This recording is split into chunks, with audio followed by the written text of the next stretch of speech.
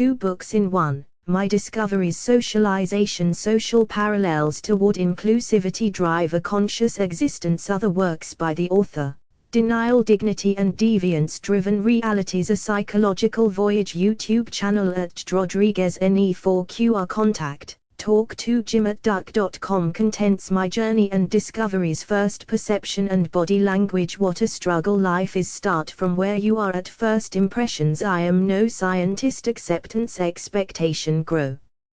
Custom, dissension, altruistic anxiety. Believe this, emotional numbness. Air, earth, water. Trauma imposed, we become desensitized. Whatever the trauma, inflicting pain. Returning home, remembering introverts and extroverts. Friendship, learning. Interview questions, have lived through bias. Cry, his logic, inflicting pain.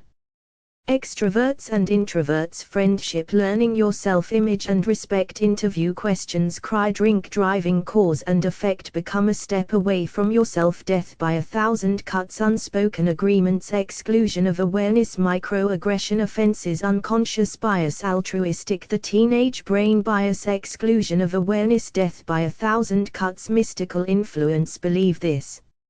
Social parallels, my discoveries. An incomplete taste for my intention. Behaviors are reinforced, and a negative reaction will mean the behavior is less likely to be repeated. A positive response means the behavior is more likely to be repeated. This is how we teach children, but it is just as true in adults. Repetition and conditioning are how we learn and remember. Behavioral psychology is observable psychology and the ability to problem solve. Remembering involves cognitive psychology. A person-centered approach to psychology involves what is going on surrounding the person. First, perception and body language. He has interpreted a reason he acknowledges from his own experience as truth. First impressions are everlasting, and they form much of how people in society behave. First impressions are largely given by body language, and not just verbal. With someone who has a visible disability, a first impression is often inaccurate and says nothing about the whole person. The individual concerned may be highly cognitively and emotionally intelligent, but existing stereotypes about disabled people lead to the conclusion that disabled people have poor ability. Indeed, a lack of competence is often the first thought about a disabled person without them needing to say anything. First impressions can sometimes lead to ongoing impressions, injuring the disabled person in question. When faced with the challenge of verbal communication, there is a greater chance of societal relationships being negatively affected and injured. The reaction of the observer is for the individual to never rise above the low expectation, resulting in a self-fulfilling prophecy where the disabled individual comes to believe that they will never achieve. This results in compounding the physical challenge, with a new and desperate emotional internal challenge adding difficulty to an already difficult life, one that is not seen. In tests, it has been shown that the performance of a volunteer improves when expectations are high. The lower the expectation, the lower the performance, particularly when it comes to the area of education and learning. All this leads me to sense why equality is such an elusive subject. It also helps me understand why disabled people may feel disliked, limiting their social and human interaction, which is life-giving. It is a reality that lonely people have more health issues and a shorter life expectancy. My purpose for writing is to raise awareness of the harm this does by people, often with the best of intentions. It is my mission to educate. What a struggle life is. Admiration affects perception and interaction not only from the giver but also the receiver. Hence, when giving a compliment we need to be careful not to overdo it. How you perceive a person affects who and how they shall be. Building and maintaining relationships are actually quite difficult, because perception determines how much people like us. It is my experience that societal relations are to a large extent outside of our conscious control or ability. While I believe this consciously, I wonder if you believe it subconsciously. Let me try and explain this through my own experience. Because we are all driven by our own set of values, does anyone value disability? If so, how much? I say yes, and a tremendous amount. People who welcome strength-making formulas, disability is certainly one of these. Let me explain what I mean. In our subconscious views of disability, some fully abled people sometimes acknowledge that they would rather die than become disabled. So, when they meet a disabled person, a process of self-verification hinds their view of the disabled person. Is it any wonder people of disability often experience a lack of self-esteem with such attitudes? Disability can be seen as toughening a person despite experiencing physical weakness just to get through the day. It is my experience that the challenge of just getting through the day, which for a seriously physically disabled person face multiple challenges, provides an unnoticed inner strength. While muscles may be weak, sight or hearing impaired, such can contribute to an internal determination not just to survive but thrive. In my own life, I have willingly taken on the mammoth task of proving ability and disproving the dis. As those who diss me do not know me. Looking at our world today, we hear much about accidents, illness, crimes, and violence resulting in widespread short-term or long-term trauma.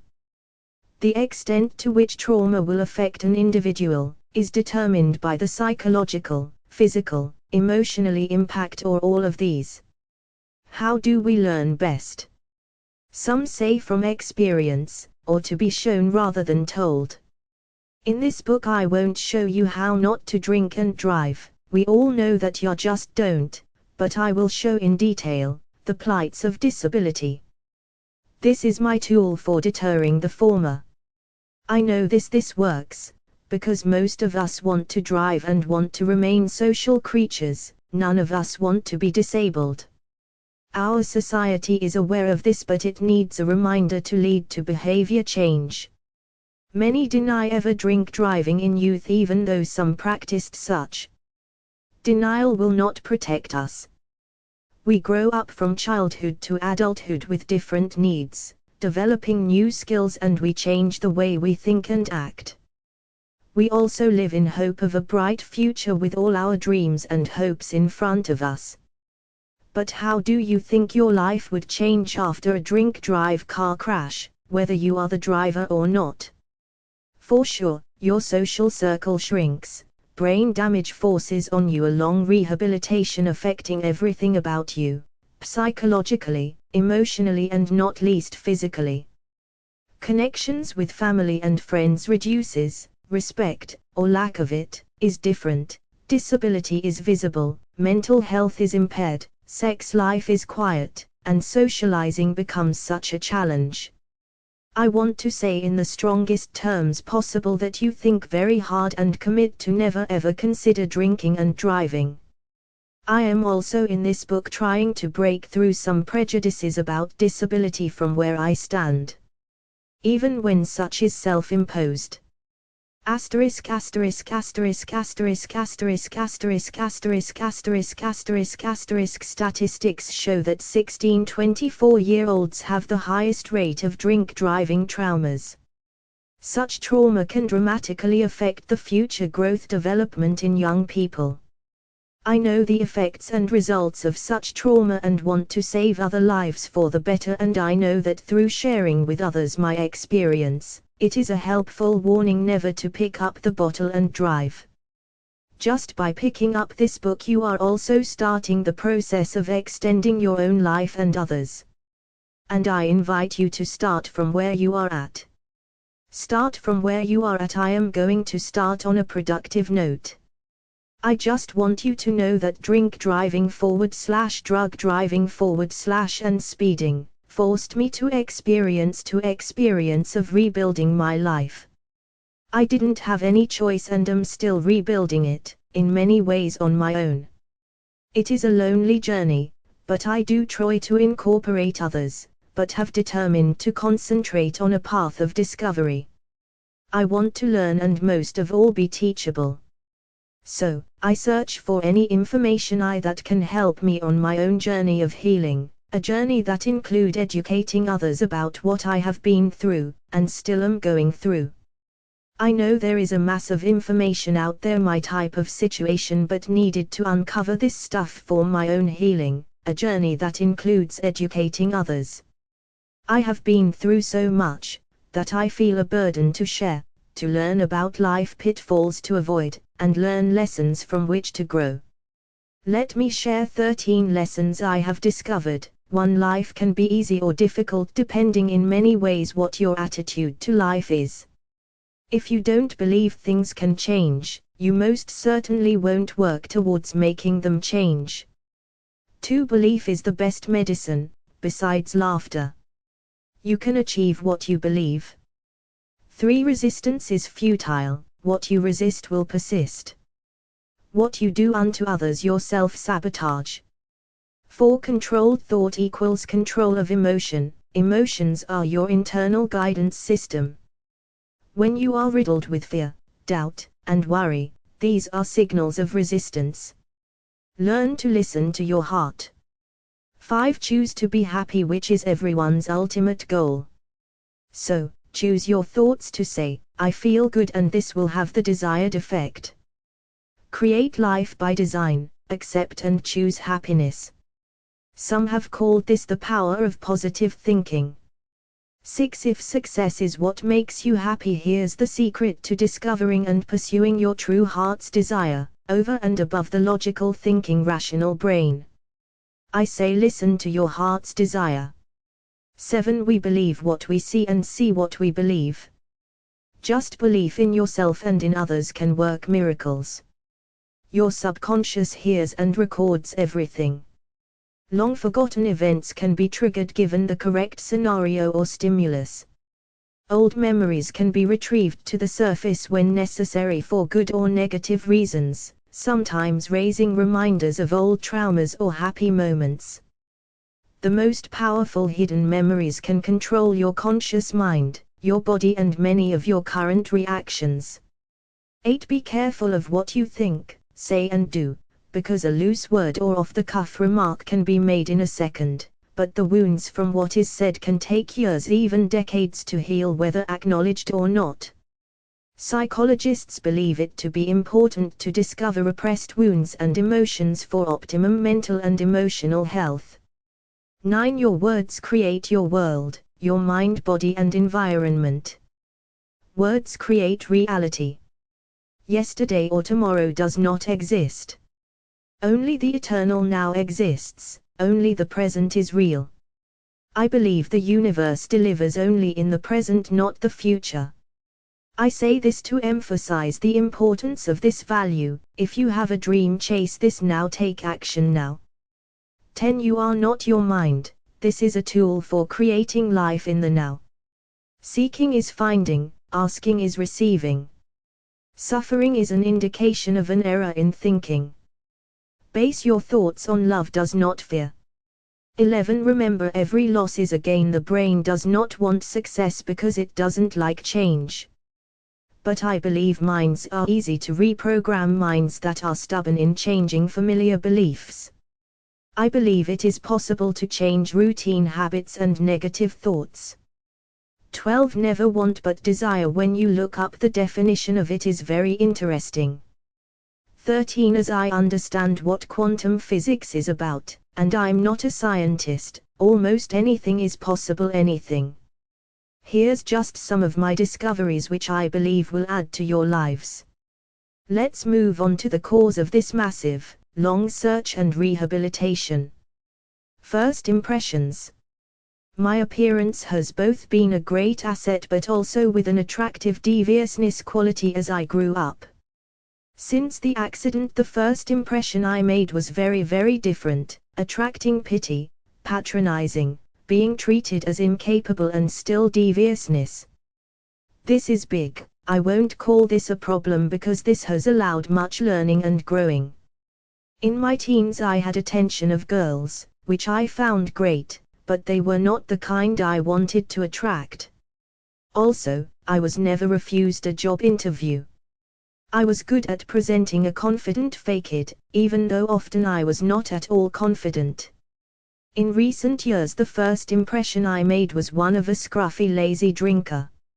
I have since quit drinking, smartened myself up, and continue to have a bit of a lazy streak, but am purpose-driven in heading towards what I am destined to achieve.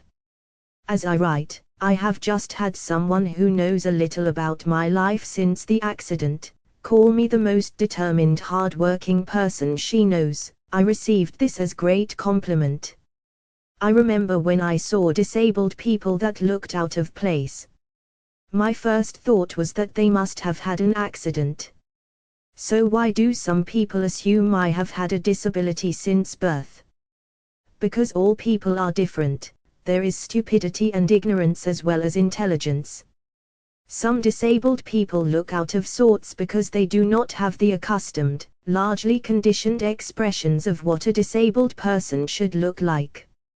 Or I believe that we are conditioned to see disabled people in a certain way.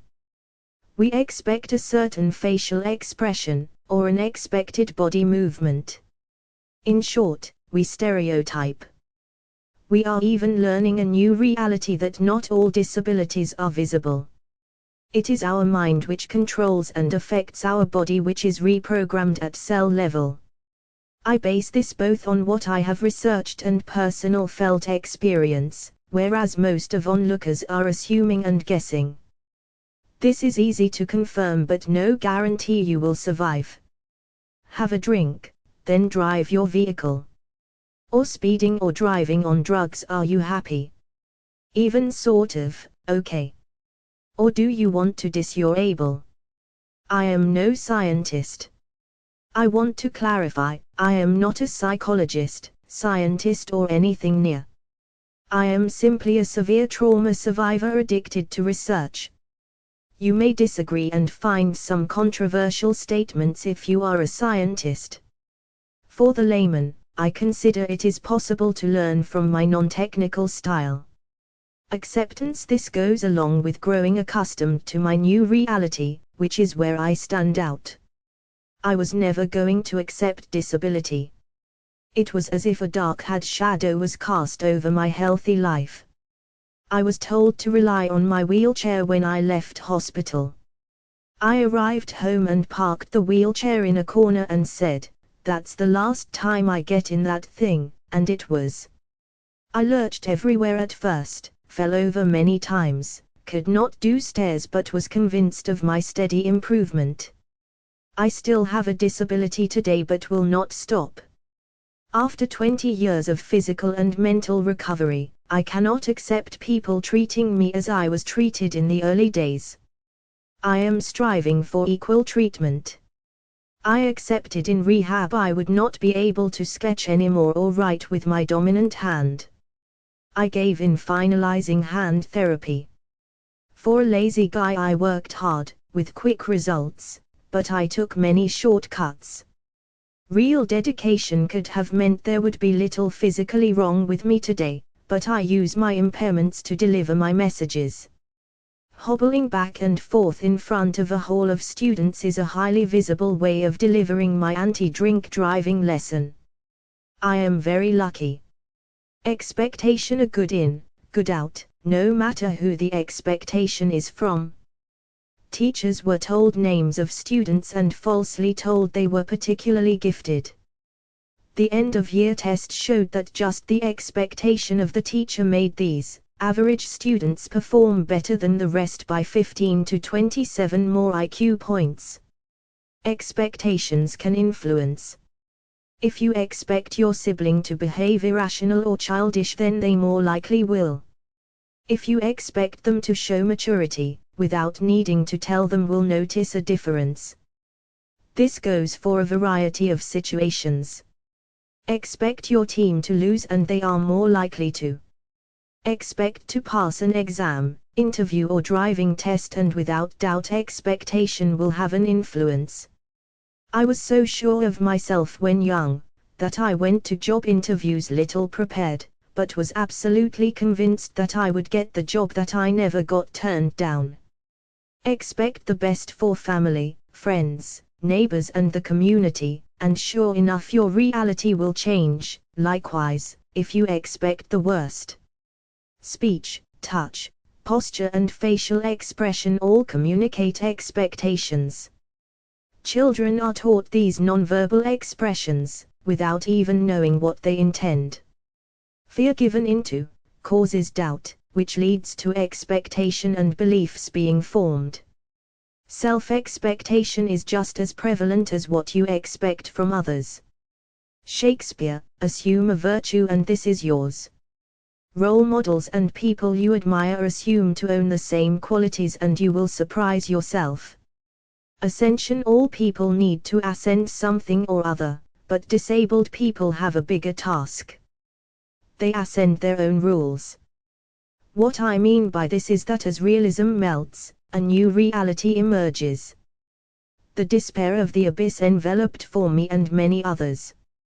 Disability when referred to often invokes pictures of physical impairment. However, this word infers mental disorder too. This makes any ascension of the basic emotions even more difficult. The assistance often hidden from view can range from ancient Greek philosophy to drug therapies. I only required drugs after rehab. Different effects are hinted at throughout. Recovery is a deeply personal process of change. Whether a meaningful and satisfying life is reattained remains in question, because the opposition from fellow humans can at times decline power and happiness. I do not intend to inhabit my old unhealthy view of disability, which was that we always have something to whinge about. For me, it's important to come to this place before you judge, as you will have more than enough gripes. Most healthy people will not be able to fully appreciate the stigma of stigmatization. I am trying to paint a clear picture in this book. I have made adults cry on a rehab course with my stories. I have had feelings of trepidation as I have made whole halls of students go silent. I am not boasting, I just want you to acknowledge the power of what you are looking at. Just like I was accustomed to driving after I had been drinking, I had to grow accustomed to lots of vulgar abnormalities, looks of pity or disgust, people taking a wide berth past me, assumptions I was born with disability and must be stupid or deaf. Alongside any adult it was assumed that I was with a carer. When buying anything, CDs were pathetic, they thought because I was disabled. I never knew what music they would contain, so went for the most interesting CD cover. I thought I was cool spending my money on music, as I had nothing better to do with my money. An innocent comment to the cashier in a supermarket caused confusion and closure because I stuttered this out. I grew accustomed to my body not doing as I intended, that is, until the final straight after a 10-mile hobble. Suddenly, my steps started flowing smoothly. This is why I always had the belief that I would get better. Also, I had to get used to passing items such as bed sheets to my affected arm with my good hand, because I could not reach far enough with my tense arm. It used to take about 20 minutes to make a fresh bed, and a very long time tedious to hang the washing one-handed. I did much one-handed with my non-dominant hand. Now my dominant, most utilized hand is my non-dominant side. I was ambidextrous for a bit after hand therapy, but improvements and writing takes too long with my affected side. So, I became a lefty. Until you are physically challenged, you really don't think until every little maneuver is restricted. Try doing absolutely everything one-handed with your non-dominant side, from opening bottles to cutting up your dinner, to writing. You start regarding living differently. Have the means, and the meaning, keep this intact. I wouldn't drink and drive, discriminate or judge, unless you want a taste of experiencing real suffering of life. This material will help many arenas. plus assist in remaining satisfied with your lot. I am not proposing I have had the worst, but bad enough. You don't want to test my claims to do you. Instead, I hope these words will implant and resonate action for avoidance or betterment. I told you, many arenas. Remain or reconstruct identity, love, outlook. I believe a multidisciplinary approach to existence can have a very different meaning after trauma. Bibliography, Identity Reconstructions After Brain Injury, Charlotte Glintberg. Recovery and Mental Health, David Pilgrim and Anne McCraney. Altruistic friendship is dear, even essential for human life. My writing has taken priority over search for friends. I feel a great calling to complete this, and really sense this is having a great effect around the globe. Morals help me stay on this path, not selfishness or sympathy, though I do feel sorrow.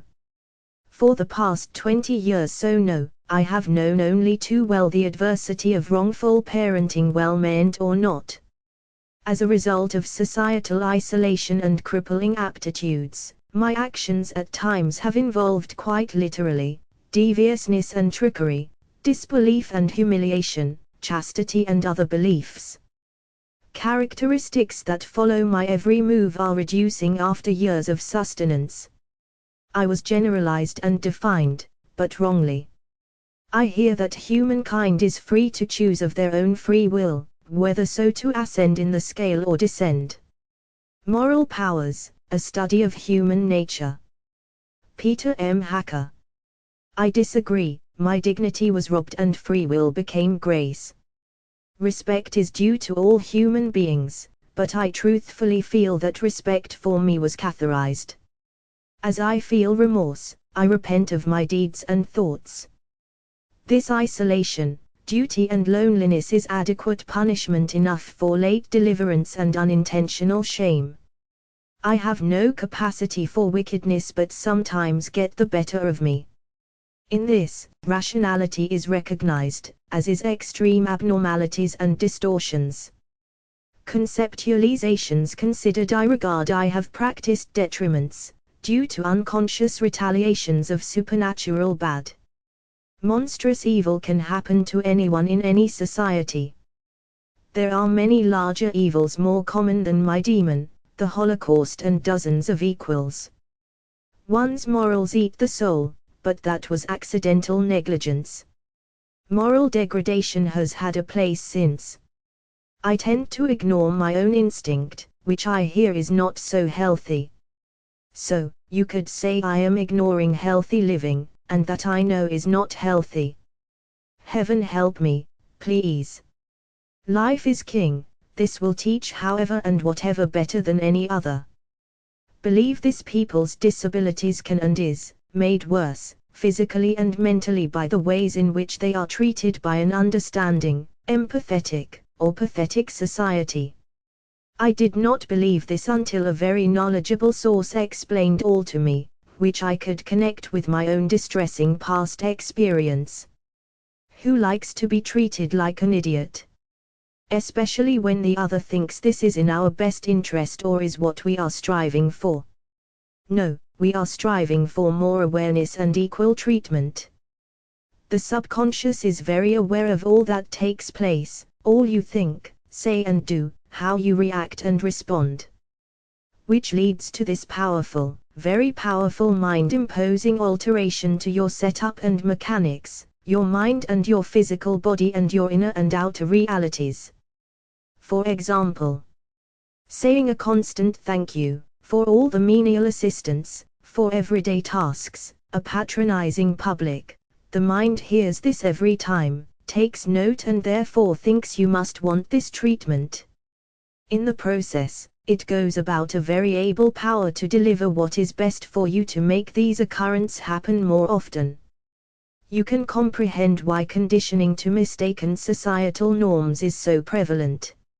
If we want to make the community a better place for all, take time to appreciate what it would be like if you were disabled. How would you like to be treated? With kid gloves or like a member of society? Like you're incapable of anything. Or like a member of society. Physical difference does not imply stupidity. Get your head round that. Welcome to my world. Emotional numbness made worse by his once narcissistic tendencies, he was unable to even partly live in the real world. Not knowing what is real, he hoped for the time when better days would come. He was doing the best he could at the time, still is, given his best abilities and obstacles.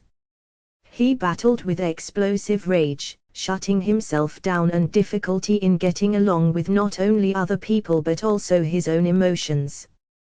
There are many very good people in society, but at the same time deceit and society has been his biggest detriment.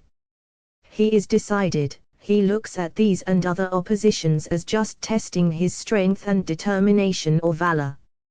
He thinks, with remnants of his past conditioning, some still current from his youthful years, that tests of this magnitude are made for the mighty. The success of dominion over all difficulties is an amazement. Air, earth and water. He has always felt it necessary to keep busy, in work, study, play or social situations. His best tool to limit the onset of negativity, was immersion in skills owned, mainly artistic and creative. But more than anything, he just wanted one intelligent deep conversation. This diverted him from real resolve, and failing all this, his other unrecommended tools were alcohol and drugs, which just sent him deeper into decline and a retreat inward. He comprehends why some people, including himself, at fleeting times, ask why someone is considered schizophrenic or psychotic because of auditory or hallucinogenic episodes, given that these are in a large part are considered spiritual by many. I don't know, are they all not good thoughts these people have? I just wonder how much is spiritually influenced. I know some of those suffering receive a little guidance from their abstract thought. Are there self-satisfying answers to all our problems no matter how major the trauma is? Is it possible to find meaning from a place of someone who tries divine constructions after as near as it gets to death after a car crash? He creates in his writing, lessons for a majority to most definitely learn from his life. He does not want to keep returning to horror even in so-called friendship, but deceit has been a large influence. Especially so because this was shown after much trial, to exist even in the divinely inspired, possibly even the enlightened few. Are you beginning to realize that the next time you subdue an obstacle and feel proud, ask why he does not often feel proud at circumnavigating objections and projections made by creation? He knows everyone has something that is a problem or other in their lives and most may consider them larger than they are in reality. So do a reality check. Are you really facing an issue, or could this have been worse? Trauma imposed. He learns that trauma survivors will often impose their trauma on everything, from the way we look at life, to what we think of the nicest person, including everyday occurrences. This adds yet another new dimension of consideration to his description of the partly revealed divine life. He has to keep all considerations alive in a once damaged brain, with now some short-term memory issues. He jestfully asks, if you want problems, I can give you plenty, here try mine.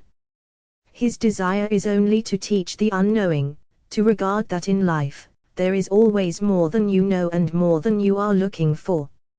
After living in a place of emptiness, he is now always discovering new ways to look at and consider life and all its contents.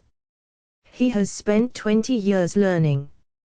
He at the same time as knowing his topics are immense, not many are treated the same, everyone is an individual and as he listens to wartime veterans' traumas, he accepts there are equally affecting big traumas affecting us all in different ways.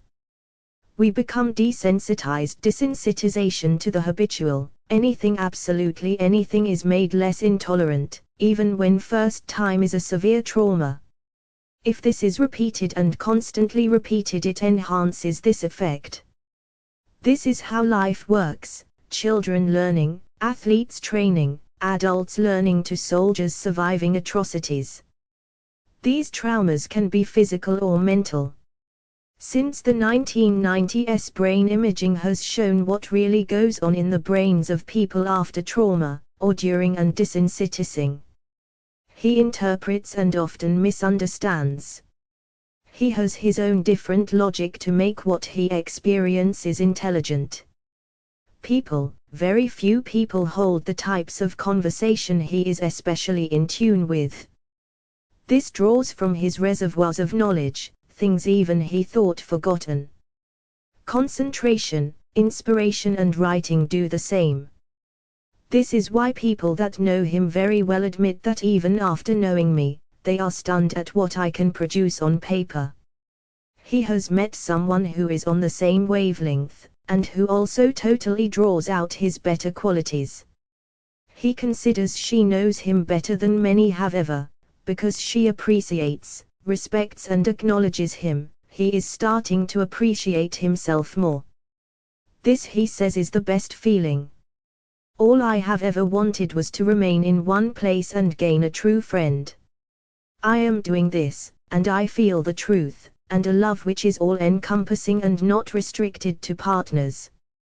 He feels a love for her value and honesty, for friendship, and cannot comprehend how or why he has lived for so long without this experience. He is nervous about his, as you, dear reader, can see. Sometimes he wants to write this story in the second tense. At other times I want to tell this wonderful experience. His advice: keep searching. They or the information you seek is out there. There is somebody out there for you. Whatever the trauma, psychotherapists report that none of us, no matter how inspired, know of another's effectors, of which any size can result in trauma. We should not attempt anything that may remind the person of a past trauma. So here we have this. In his childhood and teens, and 20s and 30s, all the lies and deceit carried on into his 40s. Reminding him of past trauma, left scars and deepened them. At one moment he feels he is climbing out of his dilemma, then he remembers, consciously or otherwise, of past deceits. He has to keep climbing. Put all the mountains on the planet atop each other and he still may not reach the top. That is, until civilization changes. This is held by himself as another goal. Inflicting pain, experimenters electrocuted dogs and found that the dogs that had not been electrocuted ran away, whereas the ones caught simply lay still and whimpered. Humans facing an inescapable trauma are said to do the same. They often give in. He found this very enlightening. He considers his ordeal inescapable, yet he refuses to give in. This divinity of ours, he says, always has a way out of long-inflicted recurring trauma. He holds on to hope. Hope is the only thing left when there is nothing, he sobs. Returning home reenactments even after trauma are common. Animals and humans will often return home even after this is known as a place of negativity, just like the returning to a lifestyle of abuse. Fear and aversion can unbelievably become transmuted into pleasure. The brain releases a morphine-like chemical after stress and traumas, which is probably why this feature of existence is so common. Remembering memory of an event that caused stress of magnitude will have the same psychomotor effects as the original event, shown in brain scans. Just by remembering the event can cause the same often involuntary feelings. Part of the brain is called the limbic system, the amygdala, which warns us of impending danger and triggers the body's stress response. It is even moved into action by the recalling just a part of an event. Sights and sounds can trigger all senses, which are shown to activate parts of the brain responsible for motioning the stress response. Sweating and raised pulse are among the possible effects. Introverts and extroverts. Is he an introvert or extravert? He is undecided. He is very social, likes to be in company, but not in settings of more than 3 or 4 people. 3 to 4 he does not know. These days with his enforced situation, he spends more time alone. Has he become an introvert? He thinks this is affected by his distant past. Never has he trusted, due to the environment of constant deceit. His ego is often in a power struggle, to socialize, to make individual friends, to live in true reality. His reality has fragmented, but is this whole? Is this the truth? Disbelief. Ridden with anxiety, it causes development of cortisol and adrenaline in the brain, which he recognizes as dissociation because he has been known to zone out mid-conversation. He tells these short stories just to help others really appreciate his reality. Is it that totally dreadful? Comparison is on one hand said to be unhealthy. On the other hand, this has helped him through difficult times. Openness to experience. In early youth he worked and traveled to many different towns and cities. Now he fears social situations like entering a house he does not know, but he was uncomfortable in the unknown partly when a youth. Never so much as today. His personality was mangled like the metal of the car that crashed. Aristotle said, society is something that precedes the individual. So, society comes first. True, I say. In fact, and from my perspective, society is one force to be reckoned with. The society that molded and sculptured me, then harmed me, then destroyed me. Other innocent people or not so innocent, continue as if there is nothing wrong. It is all in your mind, they say. Society is made up of people from different environments, families, and relationships. All have a different perspective on life and how things should be. If you have trauma in your family, you will view your neighbors differently from newlyweds would, or as new parents would. Friendship. There is an elemental need to belong, say Lydia Dinworth in her book, Friendship. The evolution, biology and extraordinary power of life's fundamental bond. I decided after a lull, to write about something extremely important to me, but that which I am momentarily lacking. I write better when I have something of massive sentimentality to me. This moment has lasted far too long. I am lonely and remember all the pro-life things that friends allow to enter my life. I have met acquaintances who resist demonstrating the sublime attributes and deliverance that I am looking for. I know this is not exaggerated thinking, as I have received all I ever wanted from mates before and have lived long enough to know true qualities when they are displayed. The biggest reason I don't have friends is because I have a disability. Although many people say they don't hold any stigma, like it or not, unless you are a person with a disability, you don't know the truth. My experience is that society tends to unconsciously underestimate people with disabilities, so much so, that many people will not even regard people like me as potential friends that can offer anything worthwhile. I also have a form of mental health and past intoxicated behavior which confirmed people's false prejudices. I have so much to offer, but only relax enough to reveal most of my real self when I am totally comfortable and connected through receiving enough reciprocal vibes. This is the truth. None of us really appreciate the importance of friendship for living life at its best. Attachment is vital to some degree at all ages, because there is a basic drive to connect. I would even go further and say that we were made for friendship. We fail to realize this until we walk in the shoes of experience. Like disability, no friends is an invisible soul destroyer. The many studies on childhood development, orphanages and childhood neglect show point blank that without attachment there is a deterioration of health leading to severe illness and in some cases death. Attachment is life-giving. Children need love to flourish, which basically affects their whole life, and physiology, which determines their future life pathway. Relationships matter and are essential to life. You have got to learn how to love if you are to learn how to live. A unifying theory explains the behavior of all species that even stretches to humans. Enough humans have demonstrated this behavior that this is known as human nature. Evolution goes over the same relationship building in both ants and primates.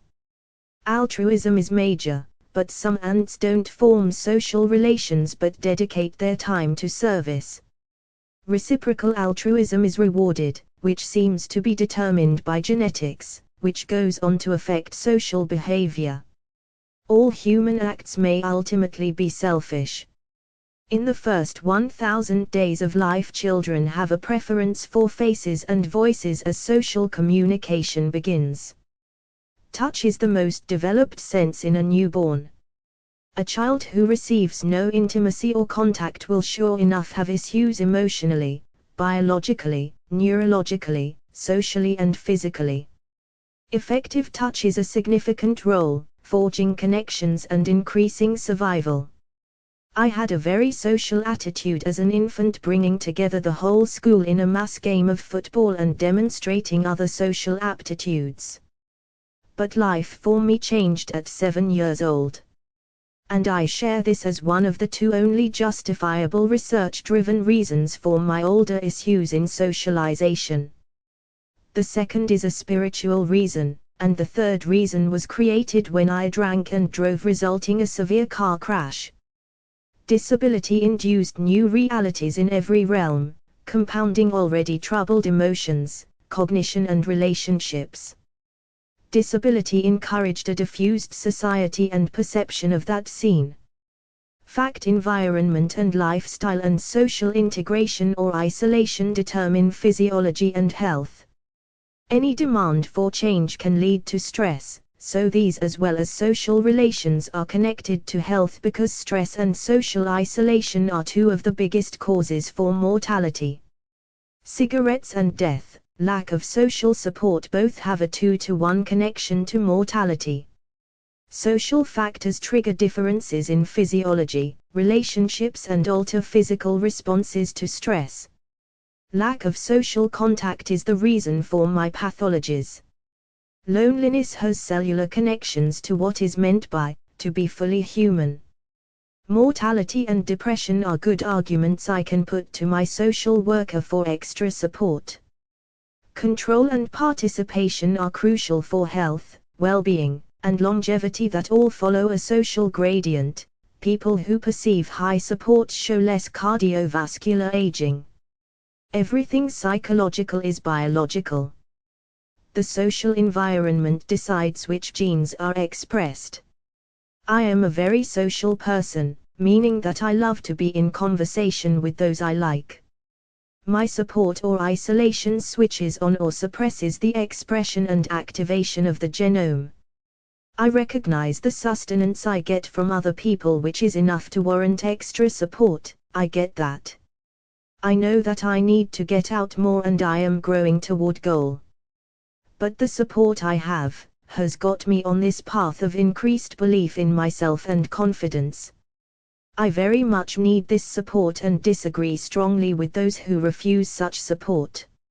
Someone may be judged to be an expert, or the best teacher, but the best, most affluent and recurring teachers of his time has been life itself. Remember this and remain aware of what life might be trying to train you. Also worth remembering, especially if you're teaching another, but also apply to yourself for self-enhancing, is that we learn and recall best from experience, not speech or writing. I think it is important to do less tell and more show. Example, he had a person who was training his ability, one short period in life, and when they greeted each other as they were getting to know one another, they shook hands. I approached the other with a very direct, fingers pointing at the other, aggressive, almost stabbing motion. Then I would squeeze as tight as I could. The teacher did not say do not do, or best not, and still I repeated this action. Then one day, in demonstration mode, the teacher went to shake hands, but he swung his arm in from the side, his palm upwards, and waited until I realized what he was doing. Then he squeezed my hand very tightly. Ouch, why did you do that? He very soon appreciated that he should stop himself. A firm handshake is enough. Hence, I quickly thought, I do or don't do all that. Perhaps I could assess my actions. I did things the arduous way and had problem with my computer and scammers. I received no money for my first 4 paperbacks and multiple more online. So, I finally located a nearby publisher, and presented to them my best work to date. This book was received re-edited and republished most of my older material. They get some very good reviews, and it was recognized that I have come on a journey from oh poor thing to he has come so far in writing to a much better standard. These books really show how a person can improve after trauma. In the latter part of 20 years since accident, by my action and speech, attitude and ambition, my intention and belief. As an example of just what I have been through and come out of, I was so hindered in my thought and perception that when first home from hospital, at my mom's home. Remember, I was totally incapable of looking after myself. Mum used to take me everywhere. But I would get upset talking to her in the car while we were driving. I said, "You never look at me anymore when I am talking to ya." I think she replied by saying something like, "Yeah, because I am driving, I am looking where I am going." She spent hours researching the effects of my head injury, so knew how to react appropriately to my behavior. This thought just occurred to me today, and I thought how amazing it is, and recognize a bit more just what I have come from. So inspiring. A friend is constantly saying, yes, I made 2 of the best friends of my life, whom I would never have met if was not for being in a vulnerable position. They make me cry with laughter and joy. Oh, thank you, I am so grateful for both and how the universe works. Yes, they are both on the same wavelengths too. A dedication to 2 remarkable people.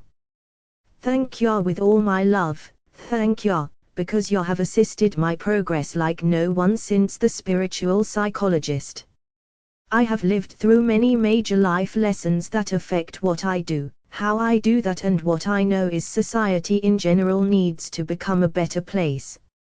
Wrongly dealt parenting started me on a path of naivety and ignorance which led to feelings of assumption of an easy life, so, I believe I have something to teach through my writing, talks and personal decor both to adults and teens with some very important lessons. Adults, it is good to help a child become alert by testing their awareness and behavior in challenging and demonstrating ways that promote curiosity but do not overdo this.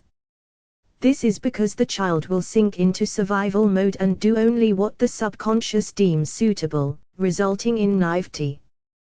Dreaming in fantasy mode is healthy for children, but do not paint a rosy picture of reality for want of making their life pleasant, if this is not actually the case. I stress again that this results in naivety and ignorance which could broaden to every topic. Children and teens believing in yourself is a prominent message. Believe and demonstrate good, accepting all people, including those with disabilities. Disability awareness and inclusion is a goal, and if a real difference is to be made in the years ahead, we should start at a young age.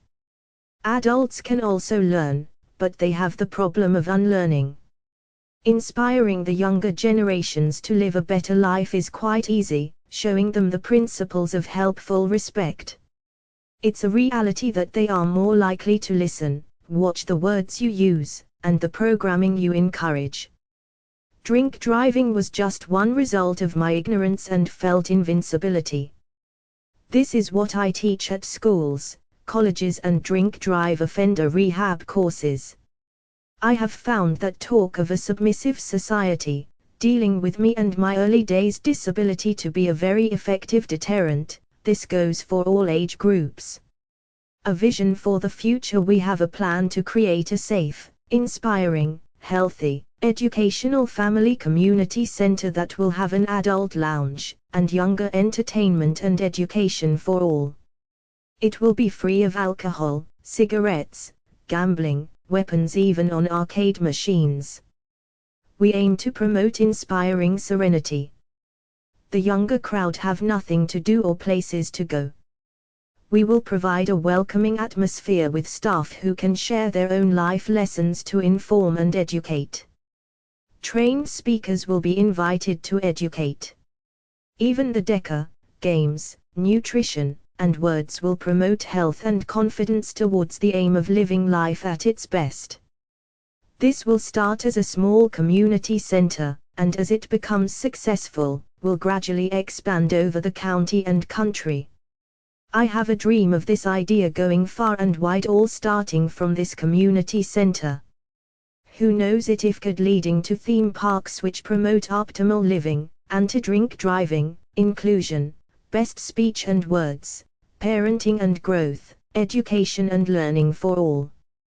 We have found possible locations, but we need funds now. We want to make this place Feng Shui compatible.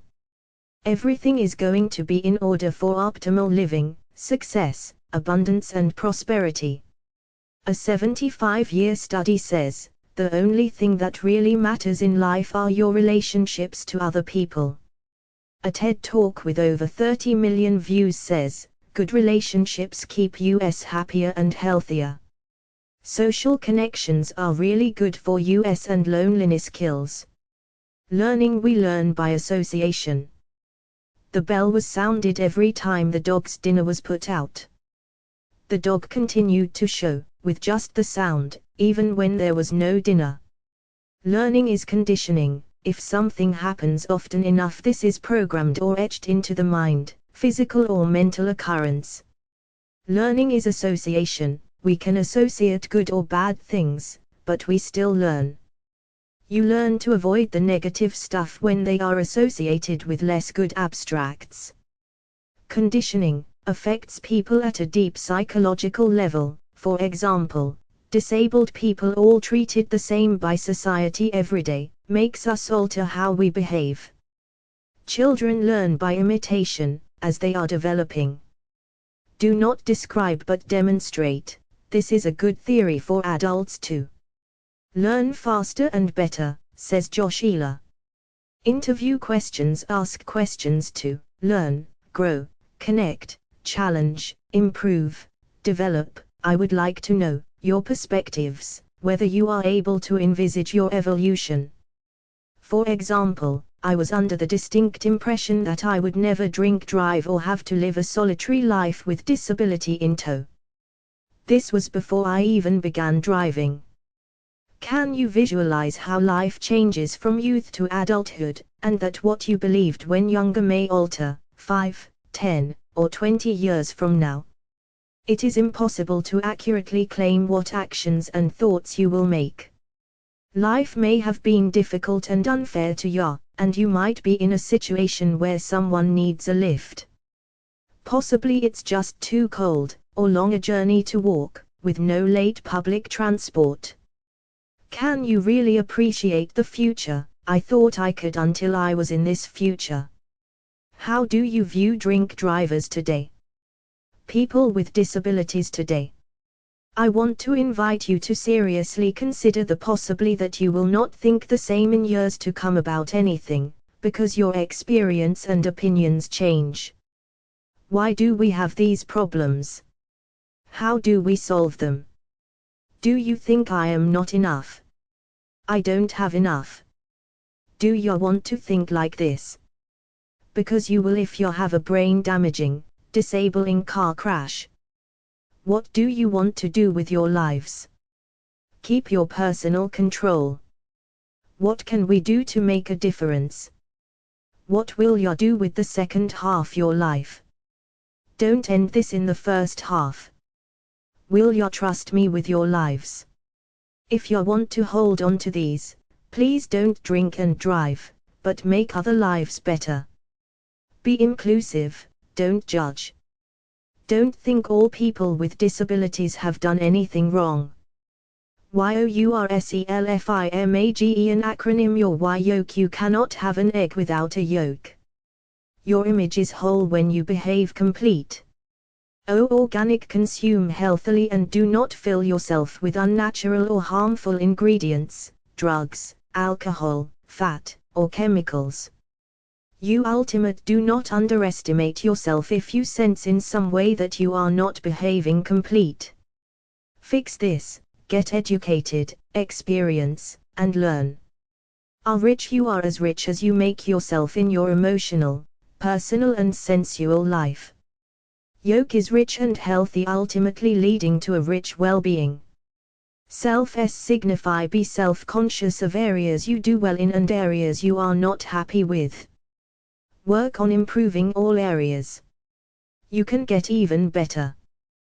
There is an answer to everything, so do not needlessly suffer. Enable, allow your learning and permit your talents to shine. Do not dwell on negative aspects of personality, concentrate on the good parts. Love others but save some self-love. Demonstrate a kind heart and this will be reciprocated. Free, you are free to be as wonderful or as unhappy as you like. Signs are this is free to allow love to enter and freedom is yours.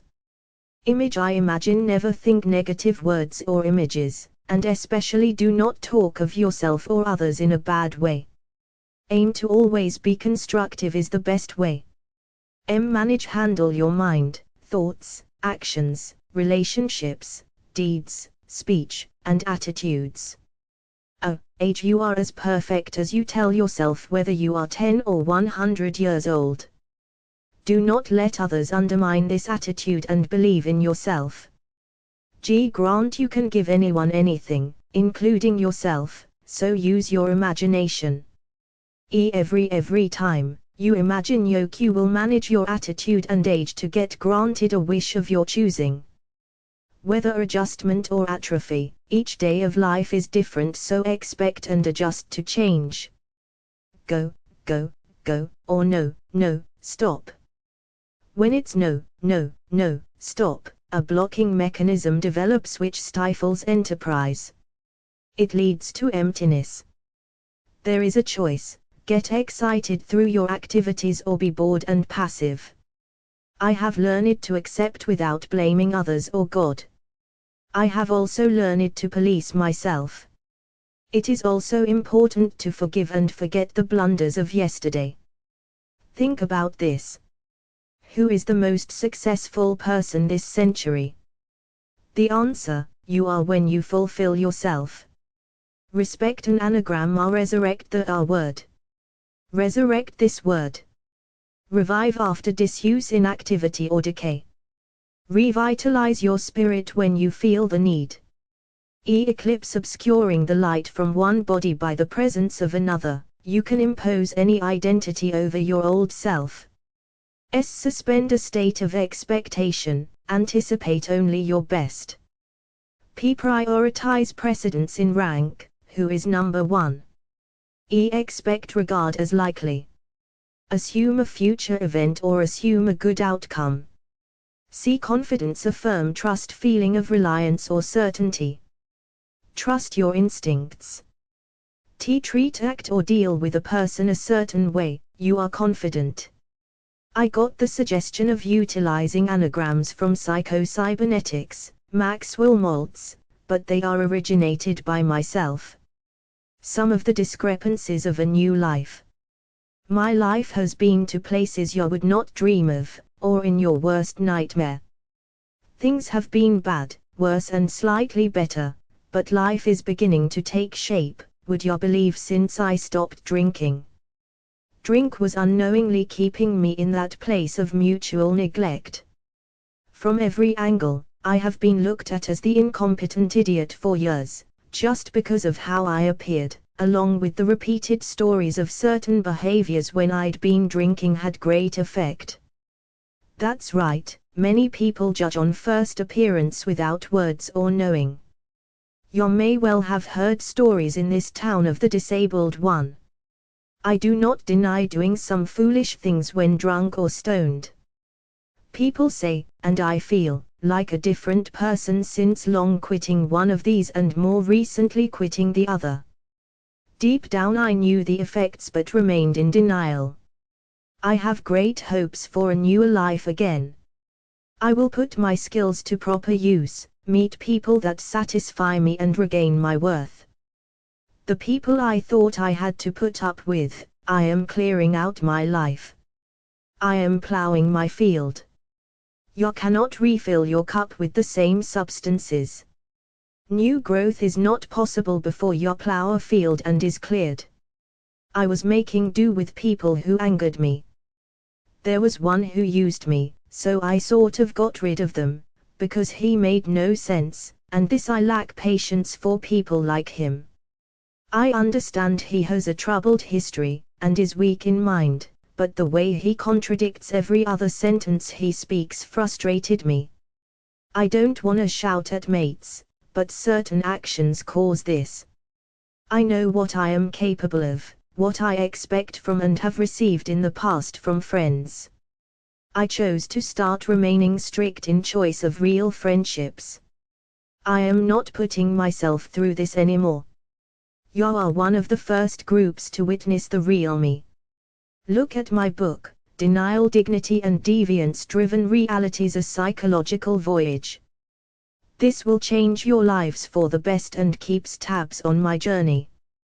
I am telling ya, I have been places but am going in future to the best places. Over 20 years of turmoil with an operational inability, but self-inflicted sense due to drinking and driving 20 years ago. I thought life was hard before my accident. But I had not an inkling of what this had to teach me. I am teaching now. Here's my messages. Act on what I teach and get all this knowledge based on experience up front. Learning early in life makes all the difference. I have started on my improvements for the world a little later in life. I trust I will still be able to influence for good. Bias: the perceptions of the majority seem to lack the experiences of the minority. My books are to reassure people who don't have a platform to voice their views. We will have to repent in this generation not merely for the hateful words of the bad people, but the appalling silence of the good people.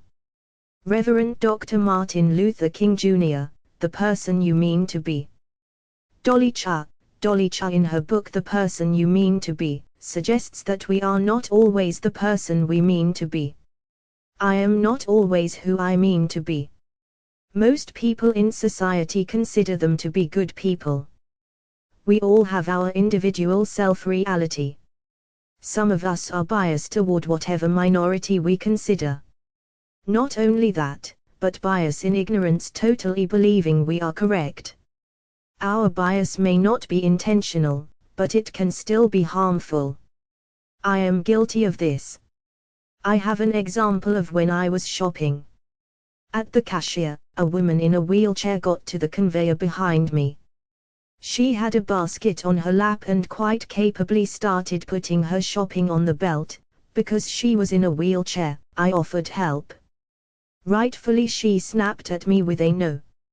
From then on, I did not offer to assist anyone else with their shopping, and I quite comprehend why she seemed a little aggressive, because this is how I respond when people offer assistance for menial tasks. So even I am biased to exactly what I am campaigning for. You can comprehend how much of a battle we have. Revolution needs heat, extreme movements, novelty, and light, entrance-level protest, resolution, to have any effect.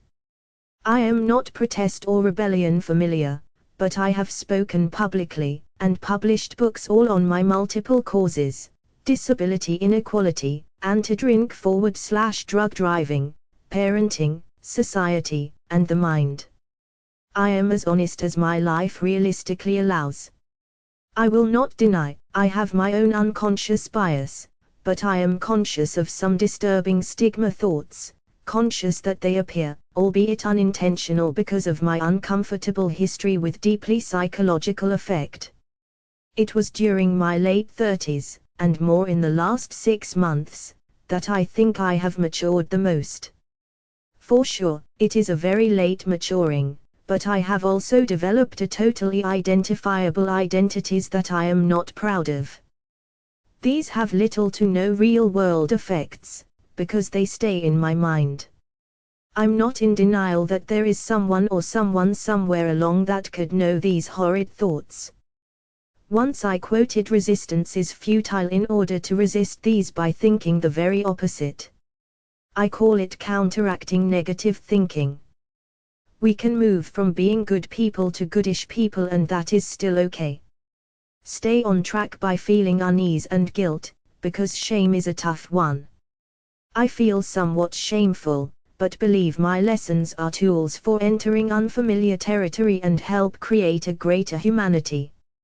Stereotypes have common features. High or low status affects groups. Stereotypes of black, homeless, drug addicts, people with disabilities are all low status. Low groups are considered low status and low competence.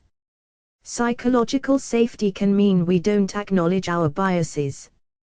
Growth mindset means we really look at ourselves, learn by taking risks and deepening superficial friendships. Do we practice willful ignorance or willful awareness? Nervousness and ignorance can be combated by taking along a growth mindset. And then there is another colossal task. Just the word sex and gender is classed as an unconscious bias. Sex is biological, gender is social. Binary categories lead to more exclusion, but all people are excluded from something or other. So we should all therefore study becoming conscious of our invisible biases and become more aware of ourselves. This will lead to better humans and a better humanity the world over. If we think of people as highly competent, we think of them as individuals. Low competence or status results in perceptual changes in visual acuity. Dehumanizing others in a non-holistic way is stereotyping. I do not want to fall into what's known as the warm glow effect and base my work on savior mode or sympathy mode. This means I am not reciprocating and basing my work on my own needs. I disagree with Deecha. I have learned to tolerate my own needs to a small extent and feel sympathy for minorities because I am in this group. I believe in my work and feel to whatever extent this may be considered as savior mode, it will surely assist many different groups, from minorities experiencing prejudices and inequality, to majority groups, worldviews and unconscious biases, encouraging and engaging in talking about issues that so many are biased about. As a white male, I have some ordinary privilege, but as a disabled white male I have a yet different privilege to women or blacks, or the homeless, or drug addicts or alcoholics, or even fellow humans who are healthy. My best intentions are with this book, and however you judge me, just look at the messages. I am doing my bit to improve the lot of humankind. Cry life is magnificent. I did not appreciate even though I thought I did. My childhood and teenage years were most constrained. I was not permitted to feel what I felt from one parent and led to blissful naivety from the other, whom I regard greatly and love very much. Most of my life has contained solitary loneliness, because of relocation and a false knowing in some people. This parent is often my best friend. Men do not cry. For whatever reason, at one point in my life, all I felt like doing was having a good cry. Honestly, now I have matured, I often well up at the beauty of the world I see. I am still looking forward to a proper sob, but I keep being reminded of what I put Mom through and how she believed in me when she was told I was going to die or be bedridden. She stayed by my side through 20 years of suffering, which always brings a tear. I also become very emotional knowing that I am assisting in other lives, helping them not to lead the life that I led. How to act in specific areas of life, search for treasure and generally love life, makes me so emotional. I love having such powerful feeling about my work. You are all inspired. You have already become the best people you are able, who go and share this message while you learn more and share your savior and discoveries. I really have finished now. I am going for a good cry and look forward to someone who is fast becoming the best friend I ever had visiting. Thank you for welcoming me. Live, laugh, love and most important, learn. Drunk driver. I had a severe disabling drink drive car crash. I was unconscious for 6 weeks in a coma, at 2 points from brain death. I was not aware enough to enter back into normal life for years. Hence, I was not charged for my actions. Please do not think that's not fair. I would rather face the fine, the ban, the courts, the record, than the 20 years of recovery since. Palermo's audio documents very well the incidents of getting charged. I have documented his excellent story here because I lack experience in this area. Michael Palermo says in his audiobook that he always gets this little sensation in his heart after visiting his daughters when he is on the way home. He was about to get a very empty feeling, because he would not be able to visit them so often. He is lucky he is still conscious enough to recognize them. Lucky, you say? He tells the story of how he gets pulled over by the police due to being under the influence of alcohol. He knows he is in trouble. His book is named, A Diary of a Drunk Driver. It is the start of a long process. He once got in a wrestling match with a rough police trooper. The breathalyzer was waiting after all the paperwork. He gets a ride home and then waits 20 days to appear in court. He searches for a lawyer, and things are not looking good. He is twice over the legal limit. He was lucky with the judge, and was free until the trial, but he had to surrender his license for a month. As he tells his story, he has many very moving stories of what he witnessed in court and his life, sharing many observations. But he continues drinking even though he's now limited to walking and bus rides. He gets a conditional license and constantly affirms he is not drink driving. Court, if he pleaded guilty, he would get 3 years probation, a jail walk-through, 50 hours community service, and the wearing of an interlock device and a fine with counseling. He has other reasons to celebrate, as he affirms, he is not drink driving. In the meantime, while he has disruptions with family, the sentencing date finally arrives. The judge likes him with an instruction to go for counseling. So, he started twice a week for 6 months. There were group sessions and one-on-one. In the group they spoke about whether they were ashamed. His answer was, I made a mistake. They said, we all make mistakes, just try not make the same mistake again.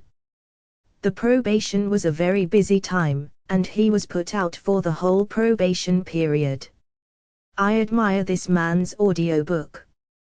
His story even got me thinking as he ends with sentimental deliberate statements about how it's not worth drink driving. I end with 2 punishments, mine and his. Each are troublesome in different ways, so there are absolutely no benefits, no lenient punishment to drink driving, and you could kill yourself or others. Think about this. I recommend his book. I listened to most of this in one sitting and it kept me listening. Thank you, Michael Palermo. Cause to effect. As long as we participate in the cause, then we have no choice but to participate in the effect. Bluntly stated in layman's terms, I participated in drink driving. Cause, so therefore it was not even a decision to participate in the 20 years of recovery, disability, social distortion, resulting in everything down to microaggressions and expressions, the effect. Live until you die. I died, or rather my personality died. I had daydreamed about starting life over again and learning more in a new consciousness. Be careful what you imagine, as this is the best way I can explain exactly what took place.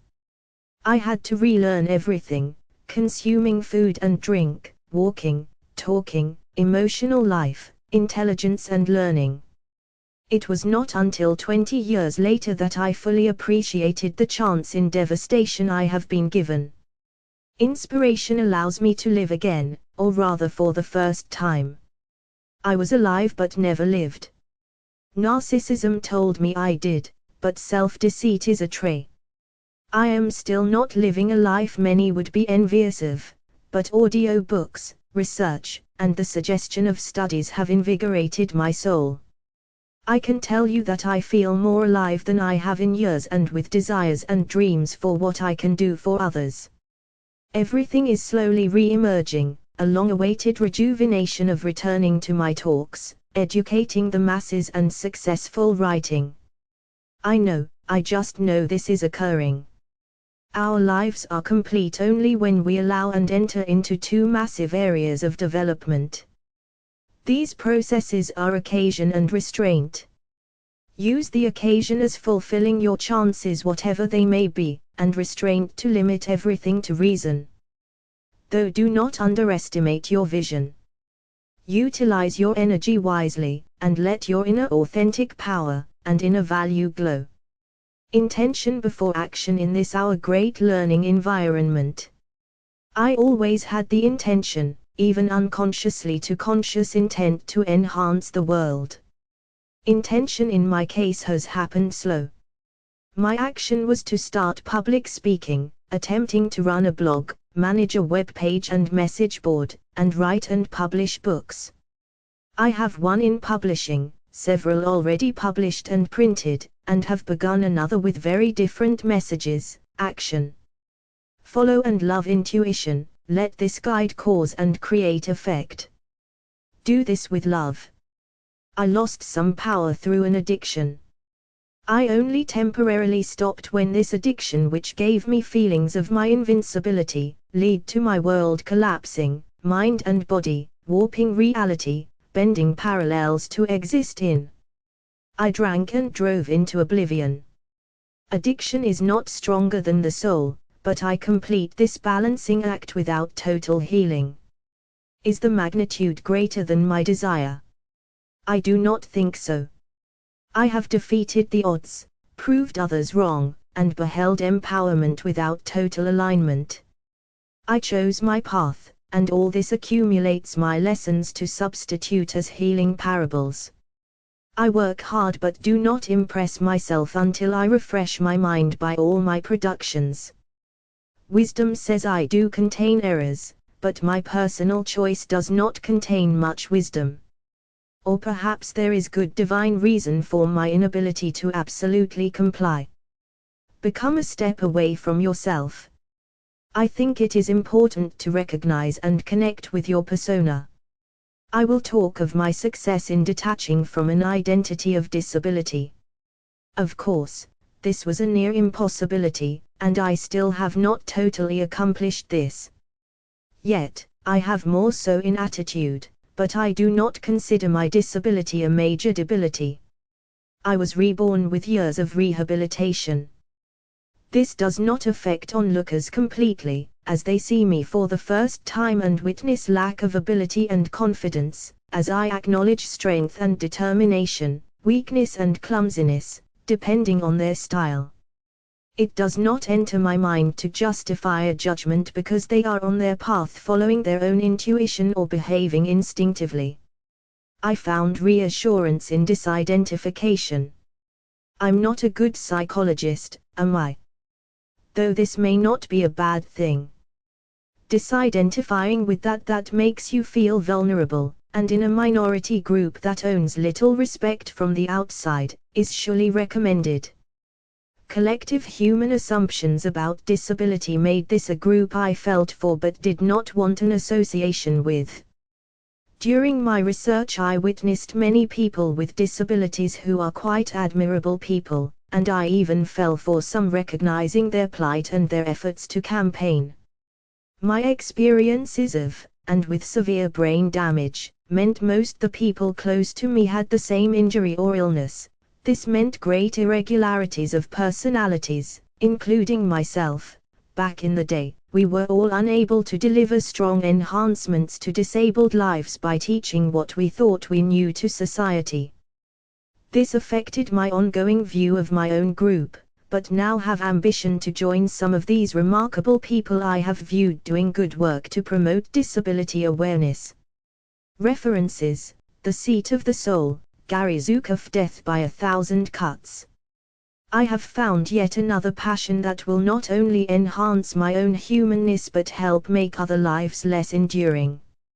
My discovery of something known as microaggressions are not conscious to all people, although they are only well aware of the discomfort these cause. People suffer these microaggressions every day, or at least more frequently. Reports show that they have major psychological effects on well-being. This runs deep and is a major cause of rift between the communities in all cultures. So, it is difficult to avoid not just receiving a microaggression, but tricky to stop administering these. That's what I am intrigued about. I know I am a culprit, and resigned willingly to training and more research in this topic. These so-called aggressions have become so regular, that conditioning has programmed me to think less about them. Hence this is why I even struggle to think of examples of the thousands of slights I have received. It is well known in the psychology of the human brain, that any uncomfortable feeling is repressed, and the more the occurrence, the farther this is pushed into recesses. I think this is why I am so enlightened by discovering microaggression as a term, because we do not talk about it, do not even admit to aggression of any sort, and are not even aware that many people find that what may be a compliment to you is deeply insulting to us. When I am more relaxed with people, I am more likely to deliver a microaggression. This is to say we should never totally drop our guard. This might be a hard comment to digest, but it is true if we want to continually appease and get along in society. The relaxed brain is not an efficient brain. Its ease and inhibition of making mistakes is not even aware of itself. Societal commonplace ignorance is totally accepted even when these microaggressions are talked about, and explained along with the offense taken, and are more often seen as overreaction and needless. I cannot sense much need for them and only attribute them to survival instinct. The body/brain knows of the trenches and how these, ongoing, will cause neurotic scars, so it is in protection mode.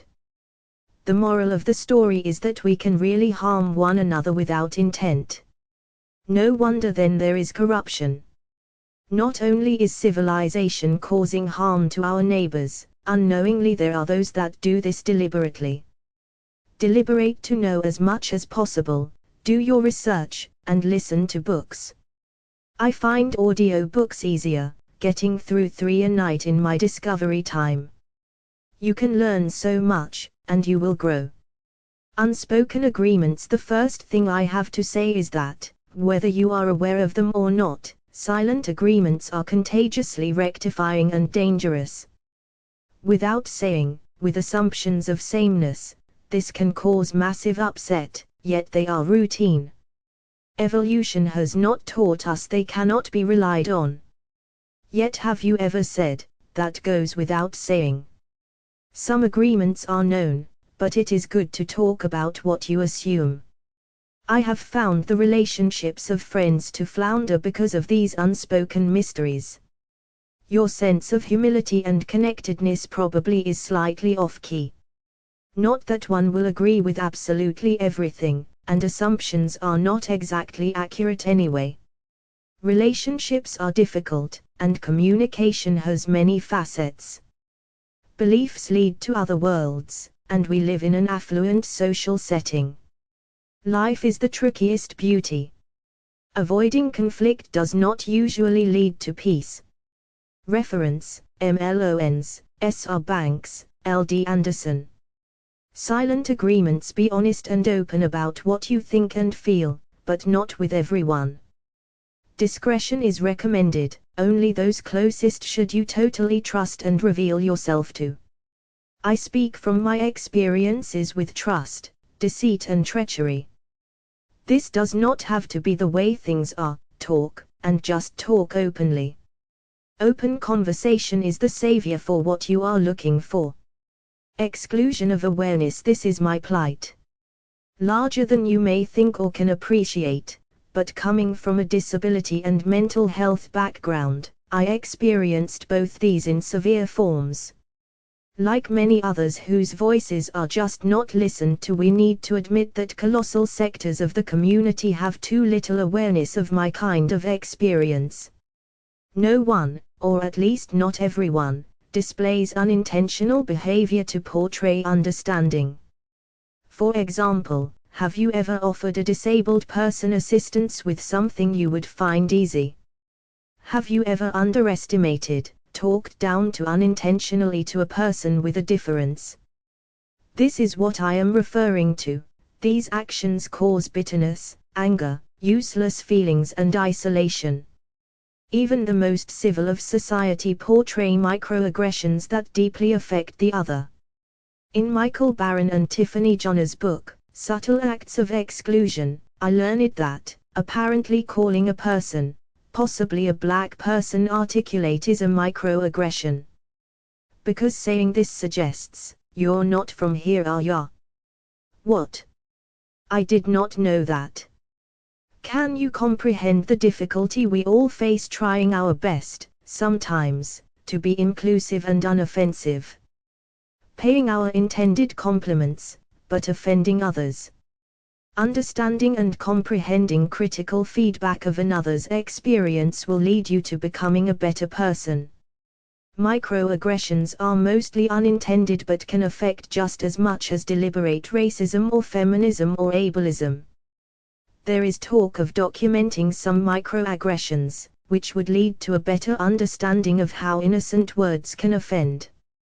Some people will not even know what the term microaggressions means. I have stopped using the words discrimination, prejudice and stigma, because most of my disability experiences with society find an unintended microaggression, or more commonly a subtle act of exclusion. Those who do not experience these regularly will fail to recognize the importance and effects and may presume innocence and overreaction.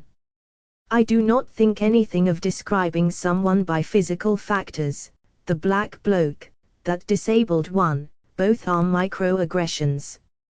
Assumptions lead to treating with less dignity and stereotyping. If you recognize you are displaying any of these, stop yourself and you will limit your chances of practicing unintended microaggression. If people knew the harm they can do, I am in no doubt we would stop. Conversation about our difference is crucial.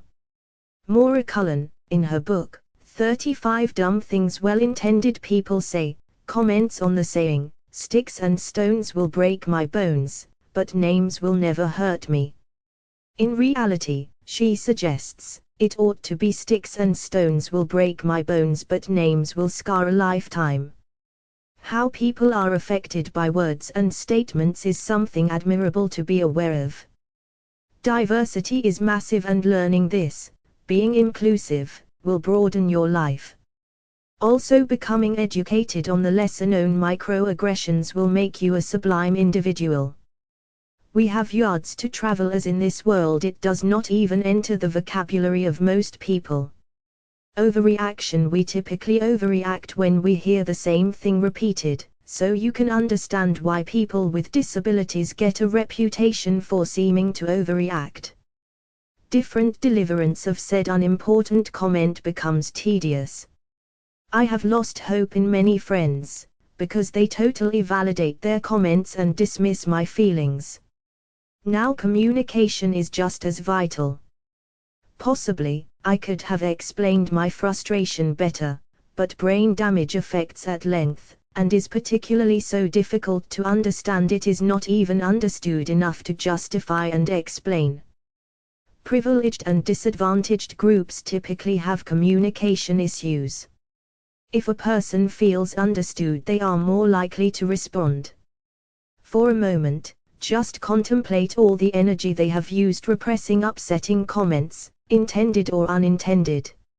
Sir Edmund Burke is quoted as saying, "The only thing necessary for evil to triumph is for good people to do nothing." Those with disability connect with this value, but society needs to hear it repeated over and over again, as all too often, as I have seen, the bystander needs the courage to overcome. Microaggression offenses. Some of my friends are the same, fill in the blank. I know exactly what you're going through. I do not think of you as. I get the same thing. I have personally felt these things said, they cause no admiration. Diversity is about letting the person in question appear. Disability is not all the same. Be conscious of making subtle acts of inclusion rather than exclusion, and sure enough you will endow the detrimental behavior that has no intent. Less and less, we all need to go through this evolving process. Unconscious bias. Unconscious bias is everything you need to know about our hidden prejudices, says author Annie Burdick. It is human nature to have an unconscious bias, and we all have one. This is unintentional, so better a conscious bias which is intentional, than to become consciously unbiased. It is important that we recognize our thoughts. The brain has a habit of taking shortcuts, and evolutionary process has created built-in bias we are not aware of. Society plays its part in this process, as our brains can be triggered towards bias, based on what society has to say about any issue. Trauma can lead to deeply rooted bias, which, like all bias, is combated through recognition. Stereotype threat influences people in their own social, religious, sexual, and ability. On public transport or in the street, we all take part in active bias, lazily describing someone by their gender or race. You can study bias for years and still relapse, a normal part of the human condition. My appeal is, just don't let a bias, unconscious or not, stereotyping or not, don't let this active bias turn into action. I do at the same time need to point out that this does not make you a bad person. Acceptance, empathy and diversity are tremendously beneficial and educating. Citizenship and relationship status, mental health or illness, and attractiveness are all possibly connected to disability, making this a very common bias that the community find normal. This is that unconscious. Social dominance, differences, religion and beliefs all have huge bias, which makes bias an even more tricky subject, that many are not even aware that they possess. Bias is so common it is found everywhere, even in healthcare and education. Both these go on to affect people with disabilities and people of different race or ethnicity who already have their own chains of bias. Institutional racism is even found in all aspects of the justice system over Europe. When acknowledgement of disability bias becomes as mainstream as racial bias, we will be progressing. People with a moderate disability are only 47% likely to succeed in getting the job after interview. For a severely disabled person, this drops to just 25%. Explore your biases with an open mind. Get creative, get educated, research, learn about yourself, practice self-awareness and be mindful of your thoughts. Focus on your instincts, have open conversations with people you know, to uncover your biases. Then talk to others, including those you do not know of different groups. Through talking about bias, you may learn something. I invite you to take an online test for implicit biases. This will uncover bias and help you become more consciously unbiased. Remember to consider that bias turned inward. Do you underestimate yourself, or think negative things about self? Take time to reflect and learn about yourself. There are good and bad ways to talk about bias. React and talk about bias, becoming an ally, and speak up when you witness bias, and when the situation is safe, stand your ground but don't be aggressive. As long as there is bias in the world, there is reason to conquer it. This journey is worth the effort and self-empowering. Question everything, reflect and add some love to the world. Altruistic friendship is dear and alas essential for human life. My writing has taken priority over the search for friends, but I can't say this work is wholly altruistic, even though I feel a great calling to complete, and really sense it having a great effect on the globe. Morals help me stay on this path, not selfishness nor sympathy. Though I do feel sorrow as I have lived through my whole life and the past 20 years or so, only to know all too well the adversity of wrongful parenting, well meant or not. I have also known societal isolation due to crippling attitudes or actions, quite literally. Deviousness and trickery, disbelief and humiliation, chastity and beliefs, these are characteristics that follow my every move, which are reducing after years of sustenance. I was generalized and defined, but wrongly.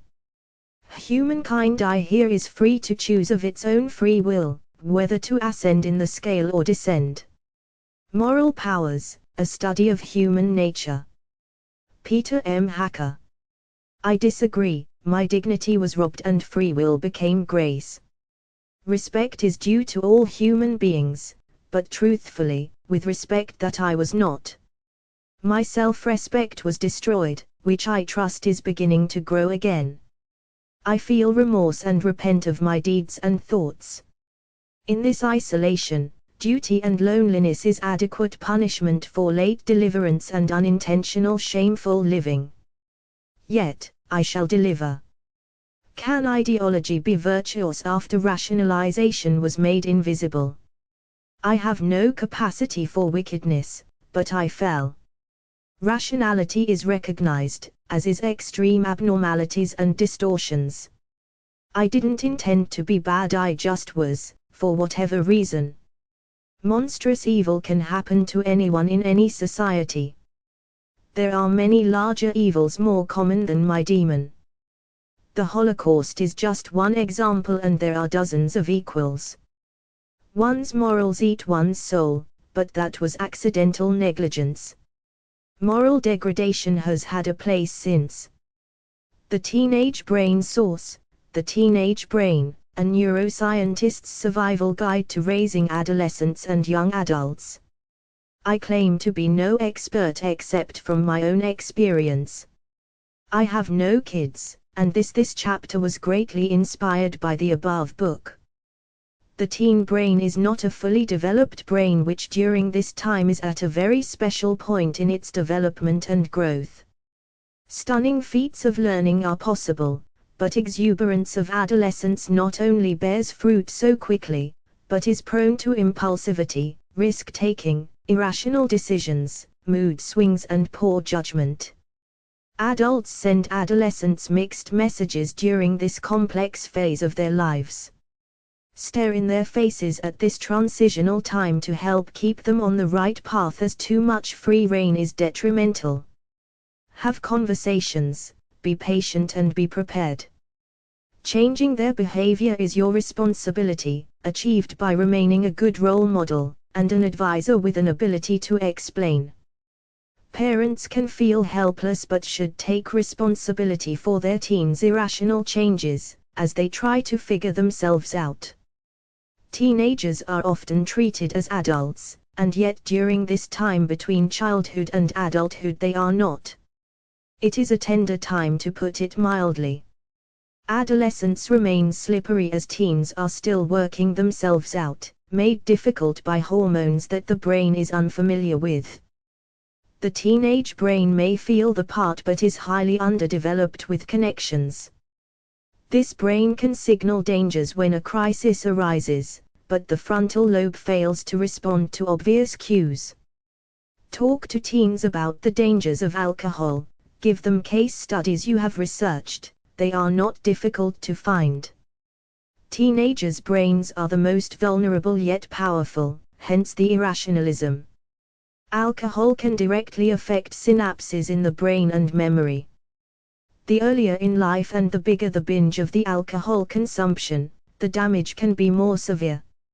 Excess alcohol causes brain cells to die. Think about this: is this worth a drink? You probably won't remember. Anxiety major or minor affects the individual to different degrees. If you have never lived with mental or physical impairment, this is hard to explain, as you will not totally accept and comprehend the difficulties faced. 2 books in 1, My Discoveries: Socialization, Social Parallels Toward Inclusivity, Drive a Conscious Existence. Other works by the author: Denial, Dignity and Deviance Driven Realities, a Psychological Voyage. YouTube channel at Rodriguez NE4QR. Social Parallels. Introduction. Over 20 years ago, an extraordinary and unsettling event occurred that I never thought possible. My actual mind was taken. This account serves as a record of my experience and the aftermath of this unprecedented incident. The incident: it began on a seemingly ordinary Thursday. I was in rehabilitation after severe brain damage in a drink-drive car accident. I had just had a session with the neuropsychologist where he explained surreal phenomena of a saintly world I have dreamed of, at the end of which he shivered his whole body extravagantly after prepping me with hypnotic talk. On exiting suddenly, I felt a strange sensation, as if I knew something terrible had just occurred. Before I could comprehend what was happening, I realized that my mind, my thoughts, memories, and consciousness, was no longer under my control. The experience: describing the experience of having one's mind taken is challenging, as it defies conventional understanding. However, I will attempt to convey the sensations and perceptions I encountered: disassociation, feelings of disconnect from my body, my thoughts and surroundings.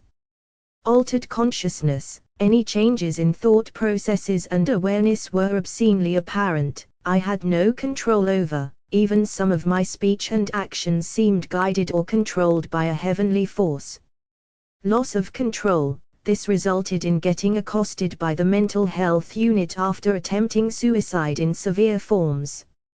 Sensory changes: unusual sensory experience became commonplace. I walked in a version of heaven, but something was askew. Now I realize was because I kept drinking alcohol. I have finally stopped, and my mental health is improved no end. Duration and recovery: the incident lasted for an hour session. During this time, or rather a few days later, I uncontrollably mirrored the same.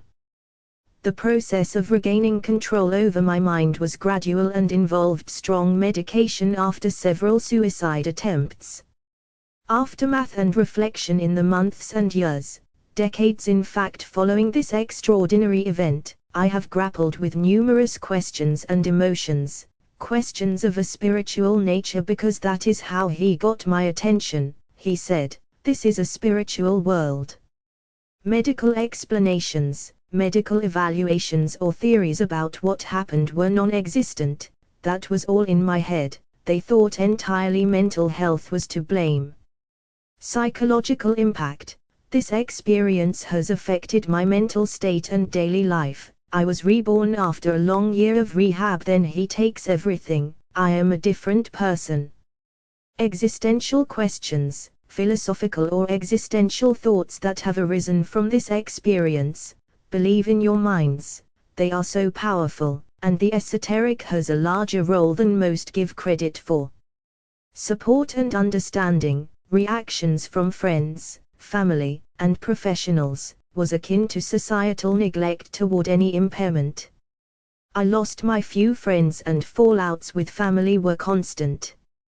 23 years later, I am still making progress. Any support received I am grateful for. Conclusion: the experience of having my actual mind taken has profoundly altered my perception of consciousness, identity, and the nature of the human mind. While many questions remain unanswered, I am committed to understanding what happened and how to move forward. This account serves not only as a personal record but also as a starting point for further exploration into this unprecedented phenomenon. Personal experiences with spirituality. Beyond the ordinary, extraordinary encounters and perceptions, spirituality often transcends our everyday understanding of reality, challenging our perceptions and beliefs. The following personal experiences offer a glimpse into the profound and inexplicable nature of spiritual encounters. 1. Intuitive communication. Experiencing random intuitions to speak seemingly nonsensical things to strangers, only to find perfect comprehension and calm acknowledgement, suggests a deeper level of connection beyond conventional communication. 2. Altered landscapes. Witnessing vast meadows materialize in place of a narrow, cobbled town street indicates a dramatic shift in perceived reality, blurring the lines between the physical and the metaphysical. 3. Encounters with authority. Being confronted by police officers who seemed either awakened or devious, experiencing ridicule and threats without provocation, points to complex interactions between spiritual awareness and societal structures. 4. Abundance of four-leaf clovers. Walking through coppices completely covered in four-leaf clovers as far as the eye could see represents an encounter with extraordinary abundance and symbolism in nature. 5. Shifting architectural perspectives. Observing buildings change their perspective from one side of a car park to another challenges our understanding of physical space and perception. Reflecting on spiritual experiences. These experiences, vivid and inexplicable as they are, prompt us to reconsider our approach to spirituality. They suggest a reality that extends beyond our everyday perceptions, inviting us to embrace the possibility of truths that lie outside conventional understanding. Questioning spirituality in light of such profound personal experiences, the question arises, do we really need to question spirituality? These encounters suggest that spiritual experiences, while deeply personal and often inexplicable, can be as real and impactful as our everyday reality. Embracing the unknown rather than questioning spirituality, these experiences invite us to approach it with openness and wonder. They challenge us to expand our understanding of reality and consider the possibility that there is much more to our existence than what we typically perceive. As we navigate our spiritual journeys, it's important to remain open to experiences that defy conventional explanation, recognizing that they may offer valuable insights into the nature of our reality and our place within it. Reflections on spirituality, compassion, and personal responsibility. The essence of spirituality, love and compassion at its core. Spirituality is often associated with love, compassion, and understanding. However, the complexities of human experiences and actions can sometimes challenge these fundamental principles. It's crucial to examine how we interpret and apply spiritual concepts in real-world situations. Spiritual permission and higher sources. The notion that certain actions are spiritually allowed or have permission from a higher source raises important questions about personal responsibility and moral agency. While spiritual beliefs can provide guidance, it's essential to consider how we balance these beliefs with ethical decision-making and societal norms. The case of drunk driving serves as a poignant example of where personal choices intersect with public safety and moral responsibility. The assertion that alcohol makes you incapable to drive is supported by scientific evidence and legal standards. However, the suggestion that punishment may not be the answer opens up a broader discussion about justice, rehabilitation, and prevention.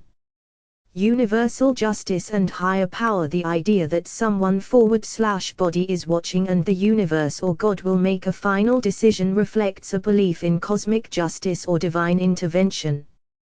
This perspective can offer comfort to some but also raises questions about human accountability and the role of societal systems in addressing harmful behaviors.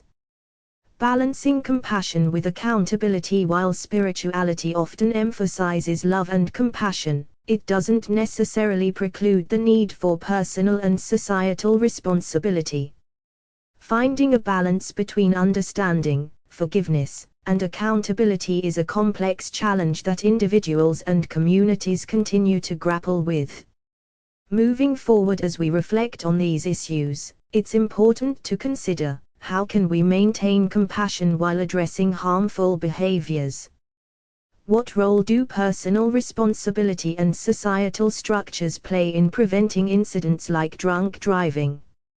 How can spiritual beliefs inform our approach to justice and rehabilitation? By engaging with these questions, we can work towards a more nuanced understanding of spirituality, ethics, and personal responsibility in our complex world. The devastating consequences of drunk driving. Drunk driving, a catalyst for destruction. Drunk driving is a reckless act that serves as a catalyst for widespread destruction, putting not only the driver's life at risk but also endangering the lives of innocent others on the road. Potential consequences. The aftermath of drunk driving can be severe and far-reaching, including mental health issues, permanent disability, hospitalization, need for long-term medical care, extensive therapy, social isolation, increased vulnerability, imprisonment, or death, or murder. The illusion of invincibility. Many people fall into the trap of thinking, "It won't happen to me," or "I'm careful when I drive." However, this mindset is dangerously misguided.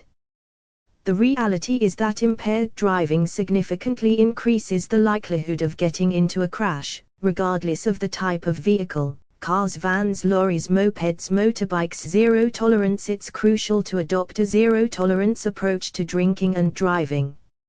Even small amounts of alcohol or drugs can impair judgment and reaction times. The safest policy is to never drive after consuming any amount of alcohol or drugs. Respecting life on the road. When you choose to drive under the influence, you're not just risking your own life. You're endangering every other person using the same roads. It's essential to consider the lives of others and show respect for the shared spaces we all use. Conclusion: think twice before getting behind the wheel after consuming alcohol or drugs. The consequences of drunk driving can be life-altering and irreversible. By making responsible choices, we can all contribute to safer roads and protect the lives of ourselves and others in our community. Rethinking Disability Assistance, a guide to respectful interactions. Introduction. In our society, there's often a misguided approach to interacting with individuals with disabilities. This guide aims to shed light on more respectful and empowering ways to offer assistance and interact with people with disabilities. The problem with unsolicited help. Offering assistance with simple, everyday tasks to individuals with disabilities can often be perceived as insulting or patronizing. It's crucial to understand that people with disabilities have often adapted to their circumstances and developed their own ways of managing daily tasks. Unsolicited help can undermine a person's independence and self-reliance. Assuming someone needs help based solely on their visible disability is a form of prejudice. When and how to offer assistance. While it's important to be considerate, it's equally important to use common sense when deciding whether to offer help. Here are some guidelines: only offer assistance if it's clearly needed or requested. Ask before helping, "Would you like assistance with that?" Respect the person's response, whether they accept or decline your offer. The power of adaptation. It's essential to recognize that humans have an incredible capacity for adaptation. People with disabilities often develop innovative ways to navigate their environment and accomplish tasks. Acknowledging this can help shift perspectives from viewing disability as a limitation to seeing it as a different way of interacting with the world.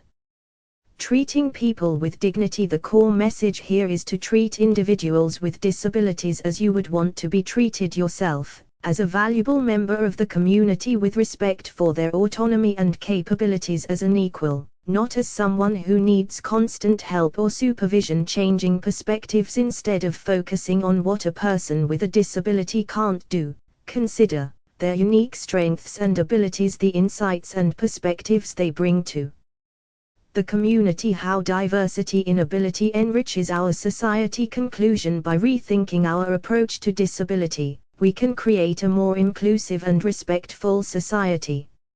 Remember, the goal is not to ignore disabilities, but to see the person first and foremost as a valuable individual, capable of making their own choices and contributions to the community. Evolution and co-creation. Embracing our potential. The path of evolution. As conscious beings, we are called to evolve and consider the relevance and truth in our lives. This journey of evolution is not just personal, but collective, as we strive to co-create with the universe itself.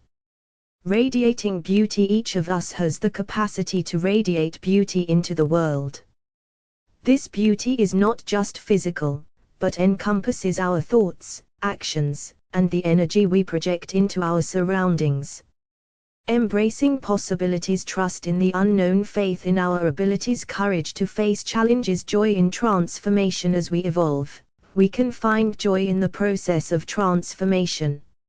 Each step forward is an opportunity for growth and transcendence beyond our current limitations. Valuing desires with tranquility. Our desires are not to be dismissed, but valued. By approaching our aspirations with tranquility, we align ourselves with the flow of the universe. Creating our sanctuary. Our intentions can become our sanctuary, a place of peace and purpose from which we can manifest our highest potential. Purpose and peace for our future selves. As we evolve and co-create, we are not just shaping our present, but crafting a future of purpose and peace for our future selves and generations to come. Conclusion. By embracing our potential for evolution and co-creation, we open ourselves to a world of possibilities. Through trust, faith, and courage, we can manifest a reality that radiates beauty and transcends our current understanding, creating a sanctuary of purpose and peace for all.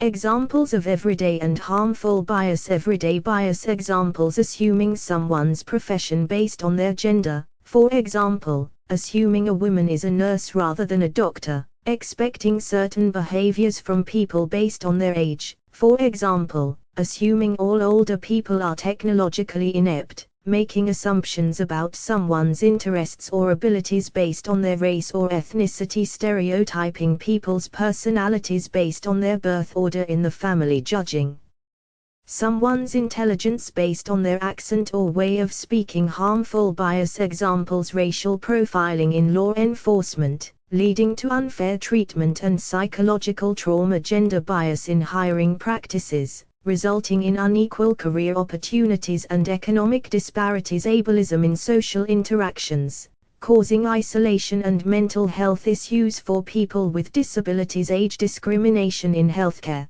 potentially leading to inadequate medical treatment for older adults. Religious bias in communities, resulting in social exclusion and conflict. Physical and cognitive restructuring effects on the giver, reinforcement of prejudiced neural pathways, making biased thinking more automatic. Increased stress and cortisol levels when constantly maintaining biased attitudes. Reduced empathy and ability to connect with diverse groups of people on the receiver. Internalization of negative stereotypes, leading to reduced self-esteem and confidence. Chronic stress from experiencing bias, potentially leading to physical health problems. Altered cognitive processes, such as heightened vigilance or expectation of discrimination. Potential changes in brain structure related to areas processing social pain and rejection. The real dangers of alcohol consumption. Introduction. Alcohol consumption is often glamorized in media and social settings, but the dangers associated with it are real and can have life limiting consequences. This article explores the various ways alcohol can negatively impact an individual's health, cognitive abilities, and overall well-being. Impaired cognitive function. One of the immediate effects of alcohol consumption is its impact on cognitive function. Reduced reaction time. Alcohol slows down the brain's ability to process information and respond to stimuli, making activities like driving extremely dangerous. Impaired decision-making. The ability to think intentionally and make rational decisions is significantly compromised under the influence of alcohol. Neurological damage. Contrary to popular belief, the effects of alcohol on the brain go beyond temporary impairment, brain cell death. Alcohol consumption, especially in large quantities, can lead to the death of brain cells. This damage can be permanent and cumulative over time. Long-term cognitive decline. Regular and excessive alcohol use may lead to lasting cognitive impairments, affecting memory, learning, and overall brain function. The cost of short-term pleasure. Many individuals consume alcohol for its short-term euphoric effects, but it's crucial to consider the trade-offs. Memory loss. Heavy drinking often results in blackouts or partial memory loss of events that occurred while intoxicated. Question to consider: is a night of drinking, which you might not even remember fully, worth the potential harm to your body and mind? Increased risk for younger generations. The impact of alcohol can be particularly severe for younger individuals. Developing brains. The human brain continues to develop well into the mid-20s. Alcohol consumption during this critical period can interfere with normal brain development. Cumulative damage. The earlier in life heavy drinking begins, the more potential there is for long-term damage to occur. Spiritual and intuitive disconnection. Beyond the physical and cognitive impacts, some believe alcohol can affect individuals on a more spiritual or intuitive level. Disconnection from higher powers. Some people report feeling a sense of spiritual disconnection when consuming alcohol regularly. Reduced intuition and psychic abilities. There are claims that alcohol consumption can dull one's intuitive senses and psychic potential, though it's important to note that these effects are subjective and not scientifically proven. Conclusion: while alcohol is widely accepted in many societies, it's crucial to be aware of its potential dangers. The impacts on cognitive function, brain health, and overall well-being are significant and can be long-lasting. By understanding these risks, individuals can make more informed decisions about their alcohol consumption and prioritize their long-term health and wellness. The power of thought and language in shaping reality. The transformative nature of thought and language. Our perception and experience of reality are profoundly influenced by our thoughts, beliefs, and the language we use. This interconnection between mind and reality forms the basis for understanding how we can actively shape our world.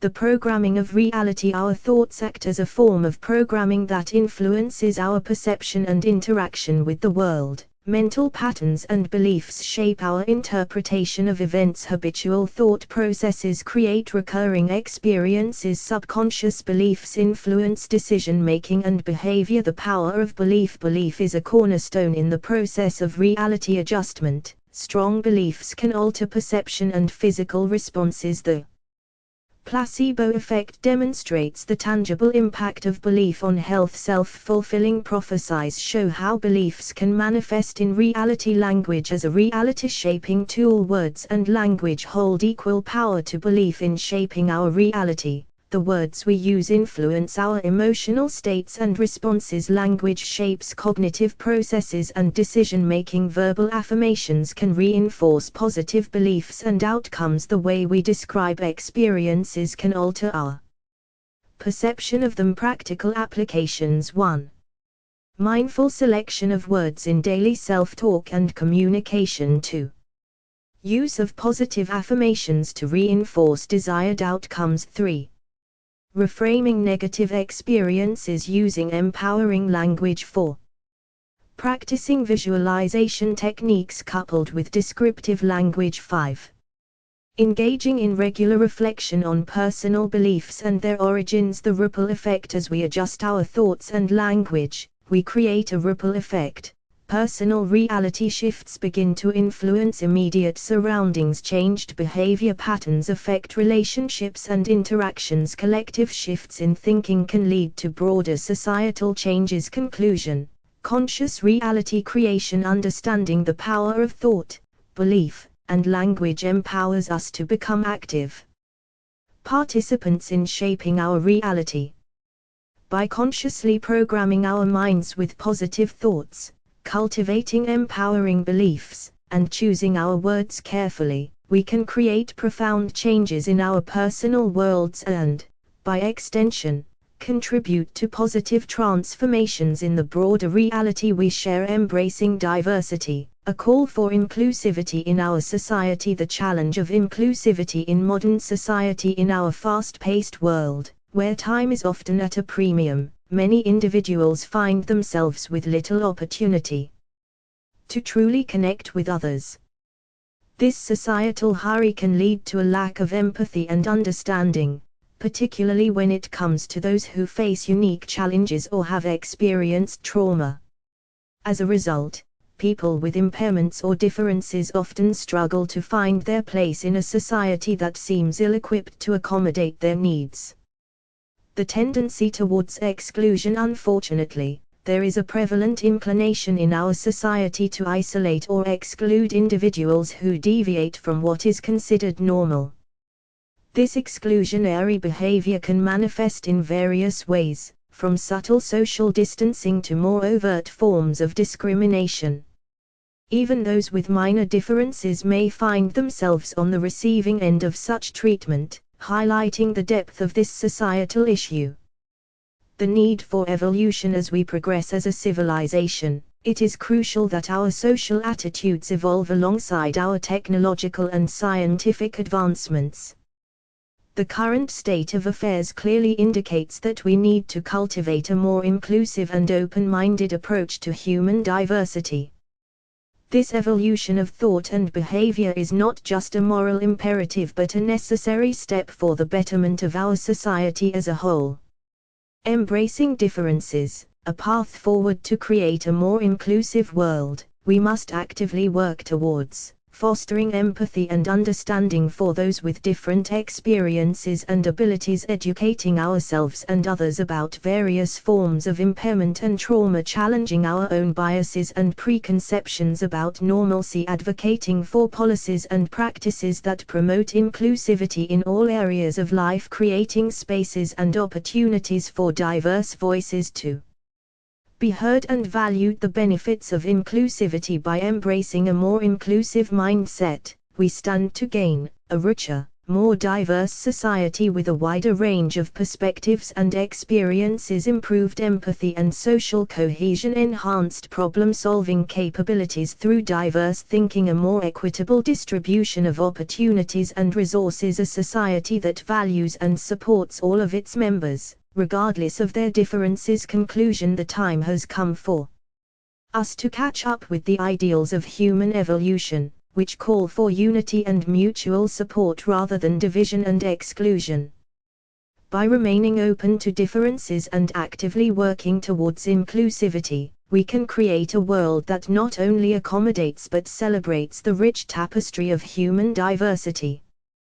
This shift in perspective is not just beneficial for those who are currently marginalized, it enriches the lives of all members of society, fostering a more compassionate, understanding, and ultimately stronger community for everyone. The path of evolution. As conscious beings, we are called to evolve and consider the relevance and truth in our lives. This journey of evolution is not just personal, but collective, as we strive to co-create with the universe itself. Radiating beauty. Each of us has the capacity to radiate beauty into the world. This beauty is not just physical, but encompasses our thoughts, actions, and the energy we project into our surroundings. Embracing possibilities, trust in the unknown, faith in our abilities, courage to face challenges, joy in transformation. As we evolve, we can find joy in the process of transformation. Each step forward is an opportunity for growth and transcendence beyond our current limitations. Valuing desires with tranquility. Our desires are not to be dismissed, but valued. By approaching our aspirations with tranquility, we align ourselves with the flow of the universe. Creating our sanctuary. Our intentions can become our sanctuary, a place of peace and purpose from which we can manifest our highest potential.